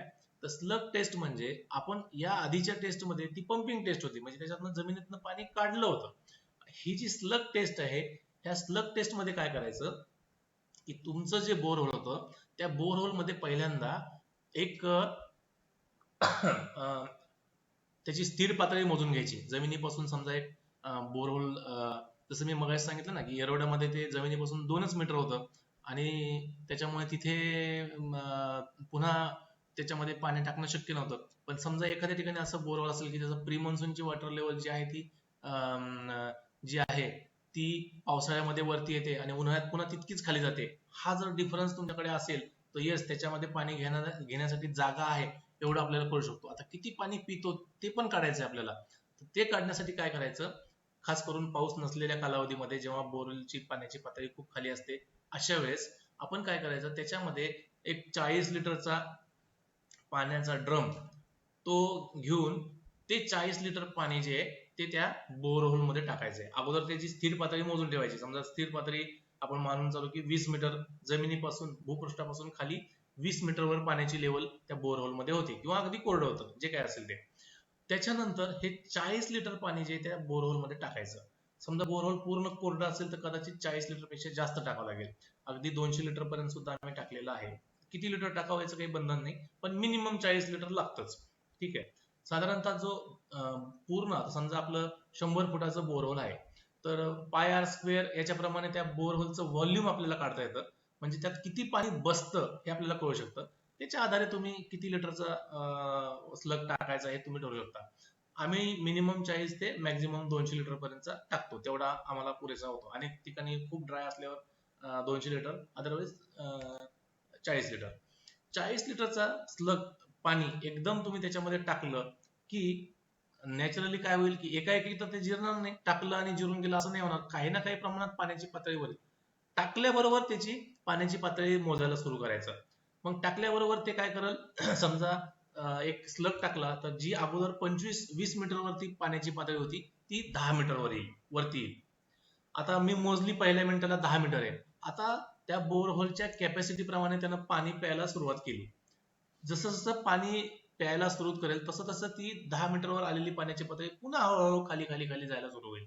ठीक आहे. मग दर मिनिटाला 1 मिनिट, 3 मिनिट, 5 मिनिट अशा पद्धतीने पुन्हा 3 तासाच्या किंवा ते पूर्ण पहिल्यांदा जी 20 मीटरवर पातळी होती तिथपर्यंत जाईपर्यंत किती वेळ लागतो तो सगळा वेळ मोजला जातो. ठीक आहे. आणि पुन्हा जसं मी आता सांगितलं तसं ड्रॉडाऊन आणि ह्याला आम्ही आता रेसिड्युअल ड्रॉडाऊन म्हणतो. जेव्हा पाण्याची पातळी अशी उलटी मोजतात तेव्हा आपण रेसिड्युअल ड्रॉडाऊन म्हणतो. तर तो अगेन्स्ट पुन्हा टाइम पुन्हा ग्राफ प्लॉट केला जातो आणि त्याच्या आधारे पुन्हा आपल्याला टी आणि जे स्पेसिफिक ह्या दोन व्हॅल्यूज ज्या आहेत त्या आपल्याला काढता येतात. अशा पद्धतीने आपल्याला एखाद्या कुठल्याही कोरड्या पंप नसलेल्या बोरहोलचं स्पेसिफिक यील्ड व्हॅल्यू आपल्याला त्याच्यामध्ये काढता येऊ शकते आणि आपल्याला त्याच्या आधारे रिचार्ज सुद्धा काढता येऊ शकतो. आता बऱ्याच वेळेस असं होतं की मला हे सगळं करत बसायचं नाहीये, मला स्पेसिफिक यील्ड व्हॅल्यू नकोय, टी व्हॅल्यू पण नकोय किंवा काय. तर अशा वेळेस आपण बऱ्याचशा परिसरामध्ये आम्ही जे अभ्यास केलेले आहेत तर काही ठराविक फॉर्मेशनच्या टी व्हॅल्यूज ह्या त्याची रेंज काय असते, बेसाल्ट असेल किंवा झिजलेला बेसाल्ट असेल किंवा तिथला जर लिथोलॉग आपल्याकडे असेल, ह्या बोरहोल मध्ये साधारणतः वेदर्ड थिकनेस किती होती, त्याच्या खाली फ्रॅक्चर्सची डेप्थ काय होती, त्याच्या ते फॉर्मेशन कुठलं होतं, ह्याच्या आधारे पण आपण टी व्हॅल्यूचं एक रेंज आपल्याला मोघम आपल्याला माहिती असते. मग डायरेक्ट ती जरी वापरली समजा तर त्याच्या आधारे पण आपण एक ढोबळ, आता मी बऱ्याच ठिकाणी गेलो तर एखाद्या परिसरामध्ये नुसतं बघून पण सांगू शकतो की हा जो बोरहोल आहे एवढं एवढं पाणी गिलवा, कारण त्या ढोबळ व्हॅल्यूज आपल्याला माहिती असतात. म्हणून प्रत्यक्ष मोजून जर आपल्याला काढायचं असेल की हा माझ्या बोरहोलने नेमकं किती पाणी पिलं, तर आता मी सांगितल्या अशा टेस्ट आपल्याला त्याच्यावरती नक्की कराव्या लागतील. म्हणजे मग आपल्याला आपलं बोरहोल किती पाणी पितं, आपल्या बोरहोलमुळे किती पाणी जमिनीमध्ये गेलं आणि त्याचा फायदा नेमका कुठं झाला हे सुद्धा आपल्याला त्याच्यामध्ये कळू शकतं. अशा पद्धतीने आपल्याला आपण निर्माण केलेला जो रिचार्ज शाफ्ट आहे तो नेमकं किती पाणी जिरवण्यासाठी कारणीभूत ठरला हे आपल्याला निश्चितपणे कळू शकतं. आता बऱ्याच वेळेस काय होतं की रिचार्ज शाफ्ट पाझर तलावामध्ये केला किंवा एखाद्या इमारतीच्या ठिकाणी केला, एखाद्या मैदानी भागामध्ये केला, एखाद्या नदी किंवा ओढापात्रामध्ये केला, तर तो कुठे केलाय त्या ठिकाणच्या भूगर्भ स्थितीनुसार त्याची घेण्याची जी ग्रहण क्षमता आहे ती बदलू शकते, ती वेगवेगळी असू शकते. आता एखादी इमारत आहे ती एखाद्या टेकडाच्या ठिकाणी बांधलेली आहे, खाली हार्ड दगड लागलेला आहे, फ्रॅक्चर जास्त नाही आहेत, अशा ठिकाणी जर आपण रिचार्ज शाफ्ट केला तर कदाचित तो तेवढं पाणी घेऊ शकणार नाही. तोच जर एखाद्या नदी पात्रात, ओढ्या पात्रात केला तर तिथे कदाचित तो खूप घेईल, पण तिथे दाखवणार नाही, तो वाहून पुढे जाईल. एखाद्या पाझर तलावाच्या ठिकाणी गेला तर तो तिथे घेईल आणि सभोवतालच्या जलधरामध्ये त्याचे फायदे देईल. अशा पद्धतीने आपल्याला कुठे तो करायचा रिचार्ज शाफ्ट हे सुद्धा तितकंच महत्वाचं आहे. याच्यात काही ठोकताळे आहेत. म्हणजे आता उदाहरणार्थ एखादा रिचार्ज शाफ्ट आहे, एखादा बोरवेल आहे, जेव्हा आपण ते ड्रिल करत असतो तेव्हा पाणी लागलेलं नसतं, ठीक आहे, कारण फारसे काही फ्रॅक्चर्स त्याला एन्काउंटर झालेले नाहीत. आता आजूबाजूला पाण्याची पातळी चांगली आहे, म्हणजे माझ्या घरापासून एक 100 स्क्वेअर मीटर एरियामध्ये जे दुसऱ्यांचे बोरहोल आहेत त्यांना पाणी आहे, पण मी जे बोरहोल घेतलं त्याला काहीच पाणी नाहीये, त्याला फ्रॅक्चरच लागलं नाहीये. असं जर असेल तर त्याच्यात जर तुम्ही रिचार्ज केला तर रिचार्ज होईल का? तर नाही होणार त्याच्यामध्ये रिचार्ज, कारण त्याची ग्रहण क्षमताच नाहीये. आणि म्हणून एखादं बोरहोल आहे की ज्याला खूप चांगलं पाणी लागलं होतं पूर्वी, ठीक आहे, पण अशात कमी झालंय. याचा अर्थ काय होतो की त्याची ग्रहण क्षमता होती, पण जलधर कमकुवत झाल्यामुळे त्याची आता त्याच्यात पाणी देण्याची क्षमता कमी झाली. म्हणजे हा बोरहोल जो आहे तो रिचार्ज साठी खूप उत्तम काम करू शकतो. आता मध्यंतरी मला अजून एक जणांनी प्रश्न विचारला होता, सर आमच्याकडे बोरवेल आहे, ठीक आहे, आणि आम्ही काय करतो की त्याच्यात आम्हाला रिचार्ज करायचा आहे, पण आम्हाला असं चित्र दिसतं की जेव्हा पावसाळा येतो तेव्हा आमचं बोरहोल आपोआपच गच्च भरतं. लक्षात आलं का? आणि मग त्या गच्च भरलेल्या बोरहोल मध्ये पुन्हा छताचं पाणी कसं काय टाकणार आम्ही? ते घेणारच नाही ना. पण पुढे जाऊन पुन्हा उन्हाळ्यात आम्ही बघतोय तर काय होतं, उन्हाळ्यात पुन्हा आमचं बोरहोल कोरडं पडतंय, ठीक आहे. मग आम्ही, आणि उन्हाळ्यात तर रिचार्ज करायला पाणी उपलब्ध नसतं ना, रिचार्ज करणार तर पावसाळ्यातच करणार. आणि मग आम्ही, आणि पावसाळ्यात जेव्हा करायचं तेव्हा आमचं बोर भरलेलं असतं, मग ते रिचार्ज करणार कसं आम्ही? तर त्याचं उत्तर असं आहे, याचा अर्थ असा असतो की तुमचा बोरहोलचं जे लोकेशन आहे ते लोकेशन तुमच्या त्या माथा ते पायथा या स्टेजमध्ये जिथे रिचार्ज अॅक्युमुलेट होतो, पाणी झालेलं सगळं अॅक्युमुलेट होतं, तिथं तुमचं बोरहोल आहे. आणि म्हणून ते पावसाळ्यात तुम्हाला गच्च भरलेलं असतं. ज्या ठिकाणी टाकल्यानंतर वाहून तुमच्याकडे येणार आहे तो माथा आणि पायथा याचा अंदाज घेऊन तुम्हाला रिचार्ज शाफ्टची लोकेशन ठरवावं लागणार, तरच ते फायदा देऊ शकतो. सरसकट कुठेही रिचार्ज शाफ्ट करून फायदा होणार नाही. नुसतं रिचार्ज शाफ्टच नव्हे तर रिचार्ज शाफ्टच्या ऐवजी तुम्ही नॉर्मल सीसीटी जरी केल्या, एखादा रिचार्ज पिट जरी केलं, रिचार्ज पिट म्हणजे शोष खड्डा, किंवा एखाद्या नाल्यामध्ये ट्रेंच केला, एखाद्या पाझर तलावामध्ये ट्रेंच केला, एखाद्या ठिकाणी साधा एक गॅबियन स्ट्रक्चर तयार केलं, म्हणजे जलसंधारणाची कोणतीही संरचना जरी तुम्ही केली तरी त्या प्रत्येक संरचनेची पाणी ऍक्सेप्ट करण्याची क्षमता जी आहे ती वेगळी आहे, ती एकच असू शकत नाही. आणि म्हणून ती क्षमता कशावर ठरते हे तुम्हाला कळलं पाहिजे. तर ती क्षमता कशावर ठरते, तर त्याची पाणी साठा करण्याची उपलब्धता. आता सीसीटी मध्ये जेव्हा पाऊस पडतो, एका वेळेस सीसीटीत पाणी किती जमा होतं? जो काही त्या सीसीटीचा आकार असेल तेवढाच ना. म्हणजे 2 बाय 2 मीटरची जर सीसीटी असेल तर पावसानं ती एकदा भरली की संपलं, बाकी त्याच्यानंतर कितीही जोरात पाऊस आला की ते पुढे वाहून जाणार पाणी. मग हे 2 बाय 2 मध्ये जे मुरलेलं साठलेलं पाणी आहे मग ते त्या जमिनीच्या क्षमतेप्रमाणे घेत राहणार. म्हणजे कोणतंही स्ट्रक्चर असेल तर तुम्हाला दोन गोष्टी बघणं फार महत्वाचे आहेत. पहिली गोष्ट की आपण जे स्ट्रक्चर केलंय, कुठलंही स्ट्रक्चर असो, तुमचा रिचार्ज शाफ्ट असो, रिचार्ज ट्रेम्स असो, रिचार्ज पिट असो किंवा सीसीटी असो, कुठलंही स्ट्रक्चर असो, तुमचं जे स्ट्रक्चर आहे त्याला जी भूक आहे, त्याची जी पाणी ग्रहण करण्याची क्षमता आहे, तेवढं पाणी तिथं सराउंडिंगला उपलब्ध आहे का नाही हे तुम्हाला पाहावं लागतं. सीसीटी हा प्रकार लोकप्रिय का झाला याचं कारण तुम्हाला सांगतो. याचं कारण असं आहे, आता एखादा तलाव आहे, तो भरण्यासाठी खूप कालावधी लागेल, आणि मग तेवढ्या कालावधीनंतर जेव्हा तलाव भरेल तेव्हा ते पाणी जिरवायला सुरू करेल. सीसीटीचं असं होत नाही. सीसीटी काय 5-10 मिलीमीटर जरी पाऊस झाला तर तेवढ्या पावसाने सीसीटी भरते, आणि मग भरल्यानंतर तो काही जो काही 5 10 पाऊस झालेला आहे तो थांबला की जो उरलेला कालावधी असतो तेवढ्या काळामध्ये त्या जमिनीच्या कॅपॅसिटीमध्ये हळूहळू ते पाणी घेत राहते. म्हणून कमी कालावधीमध्ये अधिक जल उपलब्धता आणि सोप्या पद्धतीने, म्हणून सीसीटी सारखा प्रकार जो आहे तो लोकप्रिय झाला. तसंच पण याचा अर्थ सीसीटी मध्ये त्याची घेण्याची क्षमता पण तेवढीच कमी आहे. आणि म्हणून त्याच पद्धतीने सीसीटी असेल किंवा तुमचे डीप ट्रेंचेस असतील किंवा तुमचा रिचार्ज शाफ्ट जो आता आपण सांगतोय तो असेल, अशा वेगवेगळ्या स्ट्रक्चर्सची पाणी घेण्याची क्षमता वेगवेगळी असते.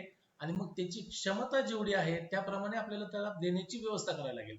आणि म्हणून आपण सांगतो की सीसीटी कुठे कराव्यात, तर नुसतं सीसीटीने भूजल पातळी वाढेल म्हणून सीसीटी करावे नाही, सीसीटी जरूर कराव्यात. पण सीसीटी कुठे कराव्यात, जिथे तुम्हाला वनीकरण, तुमचं आत्ता वनीकरण करताय तुम्ही, त्या वनीकरणाला तुम्हाला झाडाला पाणी घालावं लागतंय. अशा काळामध्ये आता समजा एखादा नवीन झाडं लावलेली आहेत आणि त्या नवीन झाडाला तुम्हाला दर आठवड्याला किंवा दर 2 दिवसाला पाणी देणं गरजेचं आहे. आणि अशा कालावधीमध्ये जर तुमच्याकडे पाणी द्यायची व्यवस्था नाही, जर तिथे सीसीटी असतील तर 5 मिलीमीटर झालेला पाऊस जो आहे त्या सीसीटी मध्ये साठून राहिला असेल आणि तो पुढचे 8 दिवस त्या झाडाला थोडं थोडं थोडं थोडं पाणी देत राहणार आहे. म्हणजेच काय, त्या झाडांना सपोर्टिव्ह इरिगेशन मिळतं. त्यावेळेस तुम्ही त्याला काय आवर्जून पाणी घालायला जात नाही, पण ते सपोर्टिव्ह इरिगेशन कोणाकडनं मिळतं, त्या सीसीटी कडनं मिळतं. म्हणून वनीकरणामध्ये सीसीटीची भूमिका जी आहे ती अत्यंत महत्वपूर्ण ठरते. त्याच्यामुळे जिथे तुम्ही झाडं लावणार आहात, जिथे तुम्हाला झाडं लावलेली यशस्वी करायची आहेत, तिथे तुम्हाला सीसीटी ही करावीच लागेल. पण नुसत्याच माळरानावरती भयंकर सीसीटी करून ठेवल्या आणि जर असं अपेक्षा केली की आता माझा सगळा भाग जो आहे तो रिचार्ज होईल, तर असं होईल का? असं होणार नाही. त्या सीसीटीची एकूण संख्या, त्याची पाणी घेण्याची क्षमता, तिथे बाष्पीभवन होण्याची क्षमता, हे सगळे कॅल्क्युलेशन विचारात घ्यावे लागतील. त्याच धर्तीवरती रिचार्ज शाफ्ट सुद्धा करत असताना जर तो नदी पात्रात केला तर किती फायदा देईल, तो पाझर तलावाच्या ठिकाणी केला तर किती फायदा देईल, तो माझ्या इमारतीच्या ठिकाणी, माझ्या बंगल्याच्या ठिकाणी केला तर किती फायदा देईल, हे मोजून त्याचा विचार करूनच आपल्याला ती जागा ठरवावी लागते. तरच त्याचे संपूर्ण बेनिफिट्स जे आहेत ते आपल्याला मिळू शकतात. आणि म्हणून आम्ही सहज जलबोध अभियानामध्ये सातत्यपूर्ण पद्धतीने लोकांना सांगत असतो की आपल्याला आपल्या परिसरातले रिचार्ज आणि डिस्चार्ज एरियाज ओळखता आले पाहिजे. आपल्याला आपल्या परिसरातला माथा पायथा ओळखता आला पाहिजे. आपल्या परिसरातल्या लिनियमेंट्स आपल्याला ओळखता आल्या पाहिजे. आपल्या परिसरामध्ये वेल इन्व्हेंटरी करून, वेल इन्व्हेंटरी म्हणजे काय, आपल्या परिसरात समजा एक प्रत्येक 100 स्क्वेअर मीटरला किंवा 500 स्क्वेअर मीटरला एक विहीर किंवा एक बोरहोल असं म्हणून आपण त्या संपूर्ण परिसरातल्या विहिरींची माहिती जर घेतली तर आपल्याला सरासरी वेदरिंग थिकनेस, वेदरिंग डेप्थ किती आहे, झीजयुक्त भाग किती आहे ते कळू शकतं, फ्रॅक्चरची डेप्थ किती आहे ते कळू शकतं. जर हा डेटा आपल्याकडे असेल तर आपल्याला संपूर्ण परिसरामध्ये कोणत्या भागामध्ये रिचार्ज रेट जास्त आहे, कोणत्या भागामध्ये रिचार्ज रेट कमी आहे, हे आपल्याला निश्चितपणे सांगता येऊ शकतो. आणि त्यानुसार आपल्याला तिथे विहीर पुनर्भरण करावं का, बोरवेल पुनर्भरण करावं का, पाझर तलाव करावं का, ह्या स्ट्रक्चर्स आपल्याला ठरवता येतात. आणि म्हणून या सगळ्या ह्याच्यामध्ये आता मध्यंतरी मला एक जणांना प्रश्न विचारला होता की नुसते रिचार्ज शाफ्ट केले तर दुष्काळ मुक्ती होईल का, किंवा नुसतं बाजार तलाव केले तर दुष्काळ मुक्ती होईल का, किंवा किंबहुना काही लोकांनी मला असाही प्रश्न विचारला की तुम्ही जल आराखडा करण्याबद्दल एवढे आग्रही आहात, काय फक्त कागदावरती जल आराखडा केला म्हणजे दुष्काळ मुक्ती होईल का? तर त्याचं उत्तर असं आहे की निश्चितपणे कोणत्याही एका पद्धतीमुळे, कोणत्याही एका स्ट्रक्चरमुळे, कोणत्याही एका उपायामुळे संपूर्ण दुष्काळमुक्ती पॉसिबल नाहीये. परंतु ही दुष्काळमुक्ती कशी होऊ शकते हे कळण्यासाठी, कारण तुम्हाला जर दुष्काळमुक्ती होण्यासाठी काय करावं हे जर कळलं तरच तुम्ही ते एक्झिक्यूट कराल ना. ते कळण्यासाठी तुम्हाला जल आराखडा असणं अतिशय आवश्यक आहे, ही गोष्ट लक्षात ठेवली पाहिजे. कारण जर तुमच्याकडे जल आराखडा असेल तर तुम्हाला तुमच्या पाणलोटाचं समग्र चित्र तुमच्या डोळ्यासमोर असू शकतं. तुम्ही सांगू शकता की ह्या परिसरातल्या लोकांनी जास्तीत जास्त रिचार्ज शाफ्ट करा, या भागातल्या परिसरातल्या लोकांनी जास्तीत जास्त प्रमाणामध्ये शोषखड्डे करा, या भागातल्या शेतकऱ्यांनी जास्तीत जास्त पद्धतीने जमिनीवरचं पाणी अडवा. ह्या गोष्टी आपल्याला सांगता येतील. आता मध्यंतरी मी एक उपाय सुचवला होता. आता आपल्याकडे महाराष्ट्रात यावर्षी आपण बघतोय की आपण दुष्काळाच्या उंबरठ्यावर आहोत आणि अनेक लोक, कुणी वनराई बंधाऱ्यातनं दुष्काळमुक्तीचं स्वप्न बघतंय, कोणी नाला खोलीकरणाची कामं करतंय, कुणी काय करतंय, कुणी काय करतंय. याच्यावरती तातडीची उपाययोजना काय असली पाहिजे असं मला काही जणांनी विचारलं होतं. आणि मग मी काय केलं की त्याच्यावरती विचार करून तातडीची, जास्त अभ्यास नाहीये किंवा काय नाहीये अशा वेळेस, आणि आता आपल्याकडे वेळही कमी शिल्लक आहे, ऑलरेडी आता पावसाळा संपण्याच्या स्टेजवर आहे, अजून किती वेळा पाऊस येईल माहित नाही, अशा वेळेस तातडीची उपाययोजना म्हणून काय करावी, तर आम्ही भैरवकुंड नावाची संरचना सांगितली होती. भैरवकुंडमध्ये काय आहे की तिथे आपल्याला एकतर सहजपणे एक 100 फुटाचं जर बोरवेल करायचं म्हटलं 100 फुटाचं बोरवेल म्हणजे किती साधारणपणे एक 70-80 रुपये, 80 रुपये जरी रेट गृहीत धरलं, 8,000 ते 10,000 रुपये. पाईपचे एक 2-3 हजार रुपये काय असतील ते, जो आपल्याला स्लॉटेड त्याच्यात छिद्र असलेला पाईप जो करायचा आहे त्याचे काही पैसे, त्याच्या भोवतीचं डिझाईन वगैरे सगळं म्हणून खर्च जो आहे तो त्या बोरवेलला एक 20-1,000 रुपये पकडून चाला. प्लस तो तो जो ते जे भैरवकुंड आहे ते मी साधारणतः 20 मीटर बाय 20 मीटर त्याची साईज सांगितली होती. तर साधारणतः जेसीबी सहजपणे काम करू शकेल, त्याचे काय आकाराचं बंधन नाही. पण समजा एका जेसीबीला आपण दिवसभराकरता लावलं तर तो किती मोठा खड्डा करू शकतो. तर माझ्या माहितीप्रमाणे माती आणि फार दगड न फोडता हार्ड मुरुम पर्यंत जर केलं आणि दिवसभर जेसीबी जर आपण चालवला 5 तास 6 तास जर आपण केला तर बऱ्यापैकी 20 मीटरचा खड्डा हा होतो. ऑलरेडी आम्ही करून बघितलेला आहे. त्याच्यापेक्षा जास्त होतं. जर खूप माती असेल तर अजून फास्ट होतं, मुरुम असेल तर थोडा वेळ लागतो. ठीक आहे. तर साधारणतः आपण 20 मीटर बाय 20 मीटरचा 20 चा खड्डा आणि खोल जेवढा जाईल तेवढा म्हणजे हार्ड रॉक लागेपर्यंत, तर असा आपण जर खड्डा केला आणि त्याच्यात जर हे रिचार्ज शाफ्ट जर आपण त्याच्यामध्ये जर केलं तर आपल्याला माहिती आहे 20 metre by 20 metre by 5 metre म्हणजे त्याची आपल्याला स्टोरेज समजलं. त्याच्यात हे जे बोरवेल केलंय त्याच्यावरती एकदा स्लग टेस्ट, बोरवेल चालू असताना जेव्हा आपण बोर केलं त्याच वेळेस जर आपण स्लग टेस्ट केली त्याची ग्रहण क्षमता कळेल आणि मग आपल्याला त्या तेवढ्या साठलेल्या पाण्यातनं किती जातंय पाणी हे सुद्धा आपल्याला कळू शकतं. आणि मग आता हे लोकेशन्स कुठं ठरवायचे, तर आपण आपल्या संपूर्ण पाणलोटामध्ये जर आपण जर आपला जर ड्रेनेज मॅप तयार केला, त्या ड्रेनेज मॅप वरती ड्रेनेज डेन्सिटी म्हणजे कोणत्या ठिकाणी ओढे प्रवाह जवळ आहेत, कोणत्या ठिकाणी ते रुंद आहेत, त्याचे ते क्रायटेरिया आहेत. त्याच्या आधारे जर आपल्याला ह्या भैरवकुंडाच्या साईट्स जर आपण फायनल केल्या आणि त्या ठिकाणी रिचार्ज शाफ्ट जर केले तर संपूर्ण परिसरामध्ये म्हणजे एका वेळी तो भैरवकुंड भरल्याच्या नंतर जिरलेलं पाणी सगळ्या अखंड पाणलोटामध्ये किती लाख लिटर पाणी आपण जमिनीमध्ये जिरवलं याची नेमकी आकडेवारी जी आहे ती आपल्या हातामध्ये असू शकते, जी आपल्याला येत्या उन्हाळ्यामध्ये लोकांचा जो काही दुष्काळामुळे त्रास होणार आहे तो त्रास कमी होण्यासाठी फायदेशीर ठरू शकते. तर अशा पद्धतीने आता ऑक्टोबर महिना सुरू आहे. आजही माझं सगळ्यांना या निमित्ताने आपण ह्याची आजच्या या कार्यशाळेची आपण रेकॉर्डिंग सुद्धा उपलब्ध करून देणार आहोत.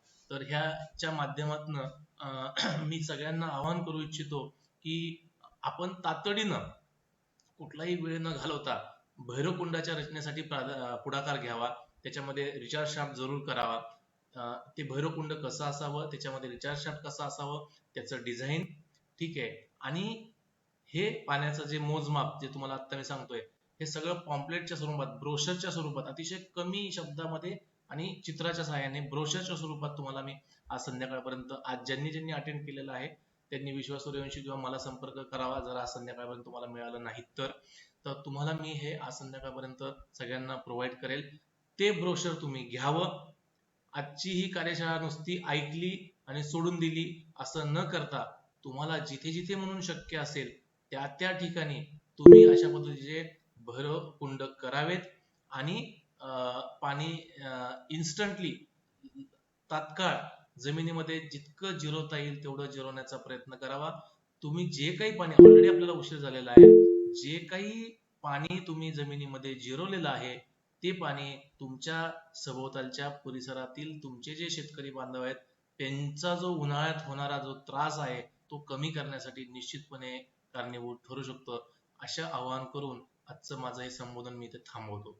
या संबोधनामध्ये जर तुम्हाला काही गोष्टी कळल्या नसतील, काही गोष्टी माझ्याकडनं सांगायच्या, कारण हा अत्यंत घाईमध्ये खरं तर कार्यक्रम झालेला आहे. कालच आम्ही ठरवलं, काल मला पीपीटी बनवायला वेळ मिळाला नाही, त्याच्यामुळे या सगळ्या गोष्टी झालेल्या आहेत. त्याच्याबद्दल मी तुमची क्षमा मागतो आणि त्याची भरपाई म्हणून मी निश्चितपणे तुम्हाला त्याचं जे ब्रोशर आहे ते ब्रोशरच्या स्वरूपामध्ये मी तुम्हाला ते नक्की देईल. आणि ते का देईल, कारण मलाही माहिती आहे ना की मी नुसती ती बडबड करून उपयोग नाहीये. ह्याचं जर प्रत्यक्ष कृतीमध्ये रूपांतर होणार असेलच ह्या कार्यशाळेचा अर्थ आहे, अदरवाईज ह्या कार्यशाळेचा काही अर्थ नाहीये. आणि म्हणून तुम्हाला प्रत्यक्ष कृती करता यावी यासाठी आता आमचे तावरे पाटील हजर आहेत. तावरे पाटील मला जवळपास 15 दिवसापासून हे सगळं करण्यासाठी माझ्या शेतामध्ये कसं करावं आणि काय करावं सांगा, पण मला वेळच काढणं शक्य होईना. ठीक आहे, तर त्यांना सुद्धा मी आता मी याच्यामध्ये तुम्हाला आश्वासन देतो की आज संध्याकाळपर्यंत तुम्हाला आजचा स्पेशल दिवस मी ह्या रिचार्ज शाफ्ट या विषयाकरताच काढलेला आहे. जेव्हा मला परवा त्या ग्रुपवरती एका बांधवाने मला विचारलं की सर तुम्ही मला हे मोजावं कसं सांगितलं, तेव्हा मला एकदम माझ्या डोक्यात असं आलं, कारण मी किती जरी बिझी असलो आणि काही जरी असलो तरी मिलिंद काळे यांच्या परिसराचा आपण जल आराखडा बनवायचा म्हणून त्यांनी प्रचंड मेहनतीनं वेल इन्व्हेंटरी केली, वेल इन्व्हेंटरीचा सगळा डेटा घेतला, सगळं घेतला. पण मला गेली कित्येक दिवस माझ्या सगळ्या व्यस्ततेमुळे तो डेटा मांडून त्याचा जल आराखडा करून त्यांना तो सुपूर्द करावा, त्याच्यासाठी मला वेळच मिळत नाहीये. तर त्यामुळे होतंय काय की शेवटी जीवनामध्ये आपल्याला काय प्रायोरिटीज ठरवावे लागतात. आणि मग समजा आता प्राज फाउंडेशनचा आराखडा होता, तो मिलिंद काळेंचा आणि त्यांचा आपण बरोबरच ठरवला होता, पण त्यांचा आपण लवकर केला. लवकर का केला, तर प्राज फाउंडेशनचा आराखडा हा गोखले इन्स्टिट्यूट मध्ये सादर होणार होता. गोखले इन्स्टिट्यूट मध्ये सादर झाल्यामुळे आपण 200 गावांचा आराखडा करण्यासाठी जे विद्यार्थ्यांना एकत्रीकरण केलं ते तिथं साध्य होऊ शकलं. अशा पद्धतीने आपल्याला काही प्रायोरिटीज ठरवाव्या लागतात. आणि त्या प्रायोरिटीमध्ये कधी कधी मग तावरे साहेब आमचे एवढे जवळचे मित्र असून सुद्धा आम्हाला दुर्लक्ष म्हणजे होतं त्यांच्याकडे. त्याच्यामुळे या सगळ्यांना माझ्याकडनं तुम्हाला वेळ देण्यासाठी जे काही उशीर लागतो त्याच्याबद्दल क्षमा असावी. पण मी माझी नोकरी, माझं कुटुंब या सगळ्या गोष्टी सांभाळून माझ्याच्यानं जेवढं म्हणून लोकांसाठी हा विषय मला पोहोचवता येईल तेवढं मी पूर्ण शक्तीनिशी मी प्रयत्न करणार आहे. आणि त्याच्यात मी कुठेही हातचं राखून मी कुठले प्रयत्न ठेवणार नाही. आणि मला खात्री आहे की ही मंडळी जी मला हळूहळू जोडली जात आहेत, भले त्याला कोणाचं काम लवकर होतं, कोणाचं उशिरा होतं, पण जी मंडळी जोडली जात आहेत ती निश्चितपणे काहीतरी चांगलं शिकतायत आणि ते आपल्या भोवतालच्या लोकांना त्याच्यामध्ये गाईड पण करणार आहेत. तर अशा सगळ्या लोकांसाठी आजचं हे सेशन होतं. आणि मी सगळ्यांना खात्री देतो की मी काही डूज अँड डोंट्स पण त्याच्यामध्ये देईल त्या ब्रोशरमध्ये. त्या सगळ्याची नीट वाचावं, त्याची नीट गोष्टी समजून घ्याव्यात. आणि नाही काही अडचणी आल्या, तुम्हाला वाटलं की नाही मला वाचून समजलं नाही, तर मला पुन्हा फोन करा, मला विचारा की सर आम्ही असंच ठरवलेलं आहे. तुम्ही जिथे प्रत्यक्ष कृतीला हात घातलाय ती साईट कुठं ठरवली आहे ती मला गुगल लोकेशनवर पाठवा की सर आम्ही या ठिकाणी ठरवलंय, या साईटचा भैरवकुंड ठरवलेला आहे. हे सगळं तुम्ही करा आधी, म्हणजे ठरवा कागदावर, मला सांगा. मग मी तपासून तुम्हाला सांगेल की हा तुम्ही योग्य करताय, यू गो अहेड. समजा मला काही वाटलं की नाही हा तुम्ही लोकेशन निवडण्यामध्ये चुकलाय, तर मी तुम्हाला सांगेल की नाही इथे नका करू, दुसरीकडे करा. अशा पद्धतीने मी तुम्हाला सदैव मदत करण्यासाठी तयार होईल. फक्त एकाच गोष्टीसाठी मला क्षमा करावी की तुम्ही म्हटल्यानंतर तात्काळ मी लगेच तुमच्या सेवेला उपस्थित असेल एवढा आग्रह तुम्ही धरू नका, कारण मला बाकीच्या खूप रिस्पॉन्सिबिलिटीज असतात. त्यामुळे फक्त वेळेचं बंधन थोडंसं पुढं मागं होऊ शकतं. आता आजही मला खरं तर पीपीटी तयार करता नाही आल्यामुळे हा कार्यक्रम कॅन्सलच करावा असं एक डोक्यात आलं होतं. पण तुमच्या सगळ्यांची उत्सुकता बघून की नाही कॅन्सल का करायचं, त्यानिमित्ताने तुमच्याशी इंटरॅक्ट तर करू शकतो ना मी, आणि म्हणून मी ते ठरवलं. तर त्याप्रमाणे आजची ही कार्यशाळा संपन्न झाली आहे. आता उरलेल्या वेळामध्ये आपण प्रश्नोत्तर घेऊया. खास करून जे काही आता लोकांनी हात वरती करून प्रश्न विचारायचे, जे सहज जलवत परिसरातले म्हणजे माझ्या संपर्कातली लोक असतील तर त्यांनी नाव बिव काही सांगत बसायची गरज नाही, डायरेक्ट त्यांनी प्रश्न विचारावा. नवीन लोकांनी मात्र नाव सांगून, प्लेस सांगून प्रश्न विचारावा आणि मोजका प्रश्न विचारावा, जेणेकरून मला उत्तर लगेच देता येईल. धन्यवाद. Open to. हा दादा, एक प्रश्न असा आहे मला बोला. की बोरवेलची पाणी कॅपॅसिटी कशी मोजायची, काय सूत्र, फॉर्म्युला काय त्याचा? आता सांगितलं तुम्हाला मी. आपल्याला पहिल्यांदा स्लग टेस्ट वरनं किंवा पंपिंग टेस्ट वरनं त्याचं स्पेसिफिक इल्ड कळलं पाहिजे आणि मग त्याची कॅपॅसिटी समजेल आपल्याला. ठीक आहे, त्यात पाणी किती नाही, ऑलरेडी पाणी किती आहे त्याच्यामध्ये? ऑलरेडी त्याच्यात पाणी किती आहे, हो ना, मी तुम्हाला तेच सांगतोय. ते त्या पंपिंग टेस्ट वरनं कळणार. तुम्ही जेव्हा एखादं म्हणजे ज्याला आपण जल उत्पादक क्षमता म्हणतो, म्हणजे जेव्हा तुम्ही पंप चालवता एका मिनिटामध्ये किती डिस्चार्जनं पाणी बाहेर पडलं, असे जर तुमच्याकडे 3 तासाचे रिडिंग जर असतील तर त्याच्यावर ते बोर, आणि त्या 3 तासामध्ये किती ड्रॉडाऊन खाली गेला ही आकडेवारी तुमच्याकडे असेल तर त्याची उत्पादकता समजू शकते. ठीक आहे, तर ते तुम्हाला मी त्याचा जो चार्ट पेपरवर केलेले कॅल्क्युलेशन्स मी तुम्हाला पाठवतोय. ठीक आहे. हो, मला आता काय करायचंय, विश्वास सूर्यवंशी आम्ही जाणार आहे खडकीमध्ये, सोमवारी जातोय, आणि भैरवकुंड, रिचार्ज शाफ्ट हे मला तर सगळंच करायचंय. म्हणजे तुम्हाला वेळ कधी तशा पद्धतीने मला गाईड करा, मी समजू शकतो. मला आता सध्या अजिबात म्हणजे अजिबातच वेळ नाही नाही, तुमची जबाबदारी समजू शकतो मी, नाही प्रॉब्लेम त्याचा. आता तुमच्या तुम्हाला वेळ माहितीसाठी कसा असेल? सांगतो, तुमच्या माहितीसाठी सांगतो, आपलं पुस्तक तयार आहे, पण त्या पुस्तकाच्या प्रकाशनासाठी सुद्धा मला वेळ मिळेना. काय आता ठीक मी आहे, ठीक 22 आहे. तारखेला पुस्तक प्रकाशन करायचं ठरवलंय. ठीक आहे. ओके. पण ते करण्यासाठी जी तयारी करणं आवश्यक आहे ती सुद्धा माझ्याकडे तेवढा वेळ मिळेना. त्याच्यामुळे मलाच तुमच्या सगळ्यांच्या मदतीची आवश्यकता आहे त्याच्यामध्ये, की नाही नाही, तुम्ही ठीक वेळ आहे. द्यावा, तुम्ही वेळ द्यावा आणि पुस्तक प्रकाशनाची व्यवस्था करावी. आता पुष्कर कुलकर्णी आणि यांनी तर प्रकाशकासोबत बसण्याची आणि सगळी जबाबदारी घेतलेली आहे. आता प्रमुख पाहुणे कोण ठरवायचे वगैरे ह्या गोष्टी पण त्याच्यामध्ये ठरवायच्या आहेत. तर आता हा थोडस विषयांतर होतोय, पण तरी आज बरेच जण उपस्थित आहेत म्हणून सांगतो. यावेळेस जो हो. पुस्तक प्रकाशनाचा कार्यक्रम आहे तो थोडासा अभिनव पद्धतीचा असणार आहे. याच्यामध्ये मी जे प्रमुख पाहुणे बोलवणार आहे ते अत्यंत वेगळ्या प्रकारचे बोलवणार आहे. ठीक आहे. की ज्यांचा आपल्याला भविष्यामध्ये ह्या सगळ्या कामासाठी ज्यांची आपल्याला मदत किंवा मार्गदर्शन होणार आहे अशी लोक त्याच्यामध्ये असणार आहेत. जी नेहमीची जलक्षेत्रात उठबस असणारी मंडळी याच्यामध्ये नसणार आहे. ठीक आहे. त्यानंतर ह्या प्रकाशन कार्यक्रमामध्ये मी स्वतः मांडणी करणार आहे. ठीक आहे. आणि मी मांडणी केल्याच्या नंतर ज्यांना आतापर्यंत आपल्या कामाचा फायदा झालेला आहे, म्हणजे मग ज्यांच्याकडे निसर्ग भेट केलेले असतील, की ज्यांना आपण एखाद्या तलावासाठी मदत केलेली असेल, एखाद्या पुनर्वरणासाठी मदत केलेली असेल, कुठे का होईना आपली अप्रत्यक्ष किंवा प्रत्यक्ष मदत त्यांना झालेली आहे, अशा लोकांचा अनुभव कथन आपण या कार्यक्रमामध्ये घेणार आहोत. त्यांचा सन्मान पण करणार आहोत. त्यांचा सन्मान कशासाठी करणार आहोत, की त्यांनी तांत्रिकतेवरती विश्वास ठेवून, आपल्यावरती विश्वास ठेवून काही गोष्टी केल्या. आता जसं मिलिंद काळे आहेत, त्यांनी आपल्यावरती विश्वास ठेवून वेल इन्व्हेंटरी केली. ठीक आहे. त्यासाठी परिश्रम घेतले. तर अशा लोकांचे मग वेल इन्व्हेंटरीवाला एक, तलाववाला एक, पुनर्भरणवाला एक, निसर्ग भेटवाला एक, अशा आपण काही प्रातिनिधिक स्वरूपात एक 5-10 नावं ठरवून त्यांचा अनुभव कथन आपण तिथं ठेवणार आहोत. ठीक आहे. त्यानंतर त्याच्यामध्ये आपण जे समन्वयक आहेत आपले सगळे, जे याच्यासाठी धडपड करतायत, मग मयूर बागुल असेल, तुम्ही असाल, किंवा जे नेमणूक झालेले समन्वयक आहेत त्यांचा अनुभव कथन सुद्धा आपण तिथं ठेवणार आहोत. तर साधारणतः एक 5-5, 7-7 मिनिटं असं मिळून एक 20 जणांचा अनुभव कथन आपण त्याच्यामध्ये ठेवणार आहोत. प्लस माझी जल आराखडा या विषयातली मांडणी. आणि प्रमुख पाहुणे जे असतील त्याच्यामध्ये एक अध्यक्ष आणि 2 प्रमुख पाहुणे असं आपण 3 जणांना बोलवतोय. आणि हे 3ही जण या विषयातले माझ्यापेक्षा जास्त नॉलेज असणारे स्कॉलर्स असणार आहेत. ठीक आहे. ओके. हा, जेणेकरून माझा हेतू असा आहे की आपण सगळेजण जी मांडणी करताय, तुम्ही मांडणी करताय, मी मांडणी करताय, अनुभव कथन करणारे, आपल्या सगळ्या मांडणीत जर कुठं दोष असेल काय, तर तो दोष या स्कॉलर्स कडनं टिपला गेला पाहिजे. किंवा जर त्याच्यात निर्दोष असेल तर ह्या स्कॉलर्सनी ते आपल्याला सर्टिफिकेट दिलं पाहिजे की यस, तुम्ही करताय ते टोटली शास्त्रीयदृष्ट्या निर्दोष आहे, अत्यंत चांगलं तांत्रिकदृष्ट्या परिपूर्ण काम आहे. अशा स्वरूपाचा प्रकाशन कार्यक्रम आपण फक्त करायचा म्हणून फोटो काढण्याकरता आपण कार्यक्रम करणार नाही आहोत. 22 तारीख सगळ्यांनी राखून ठेवावी.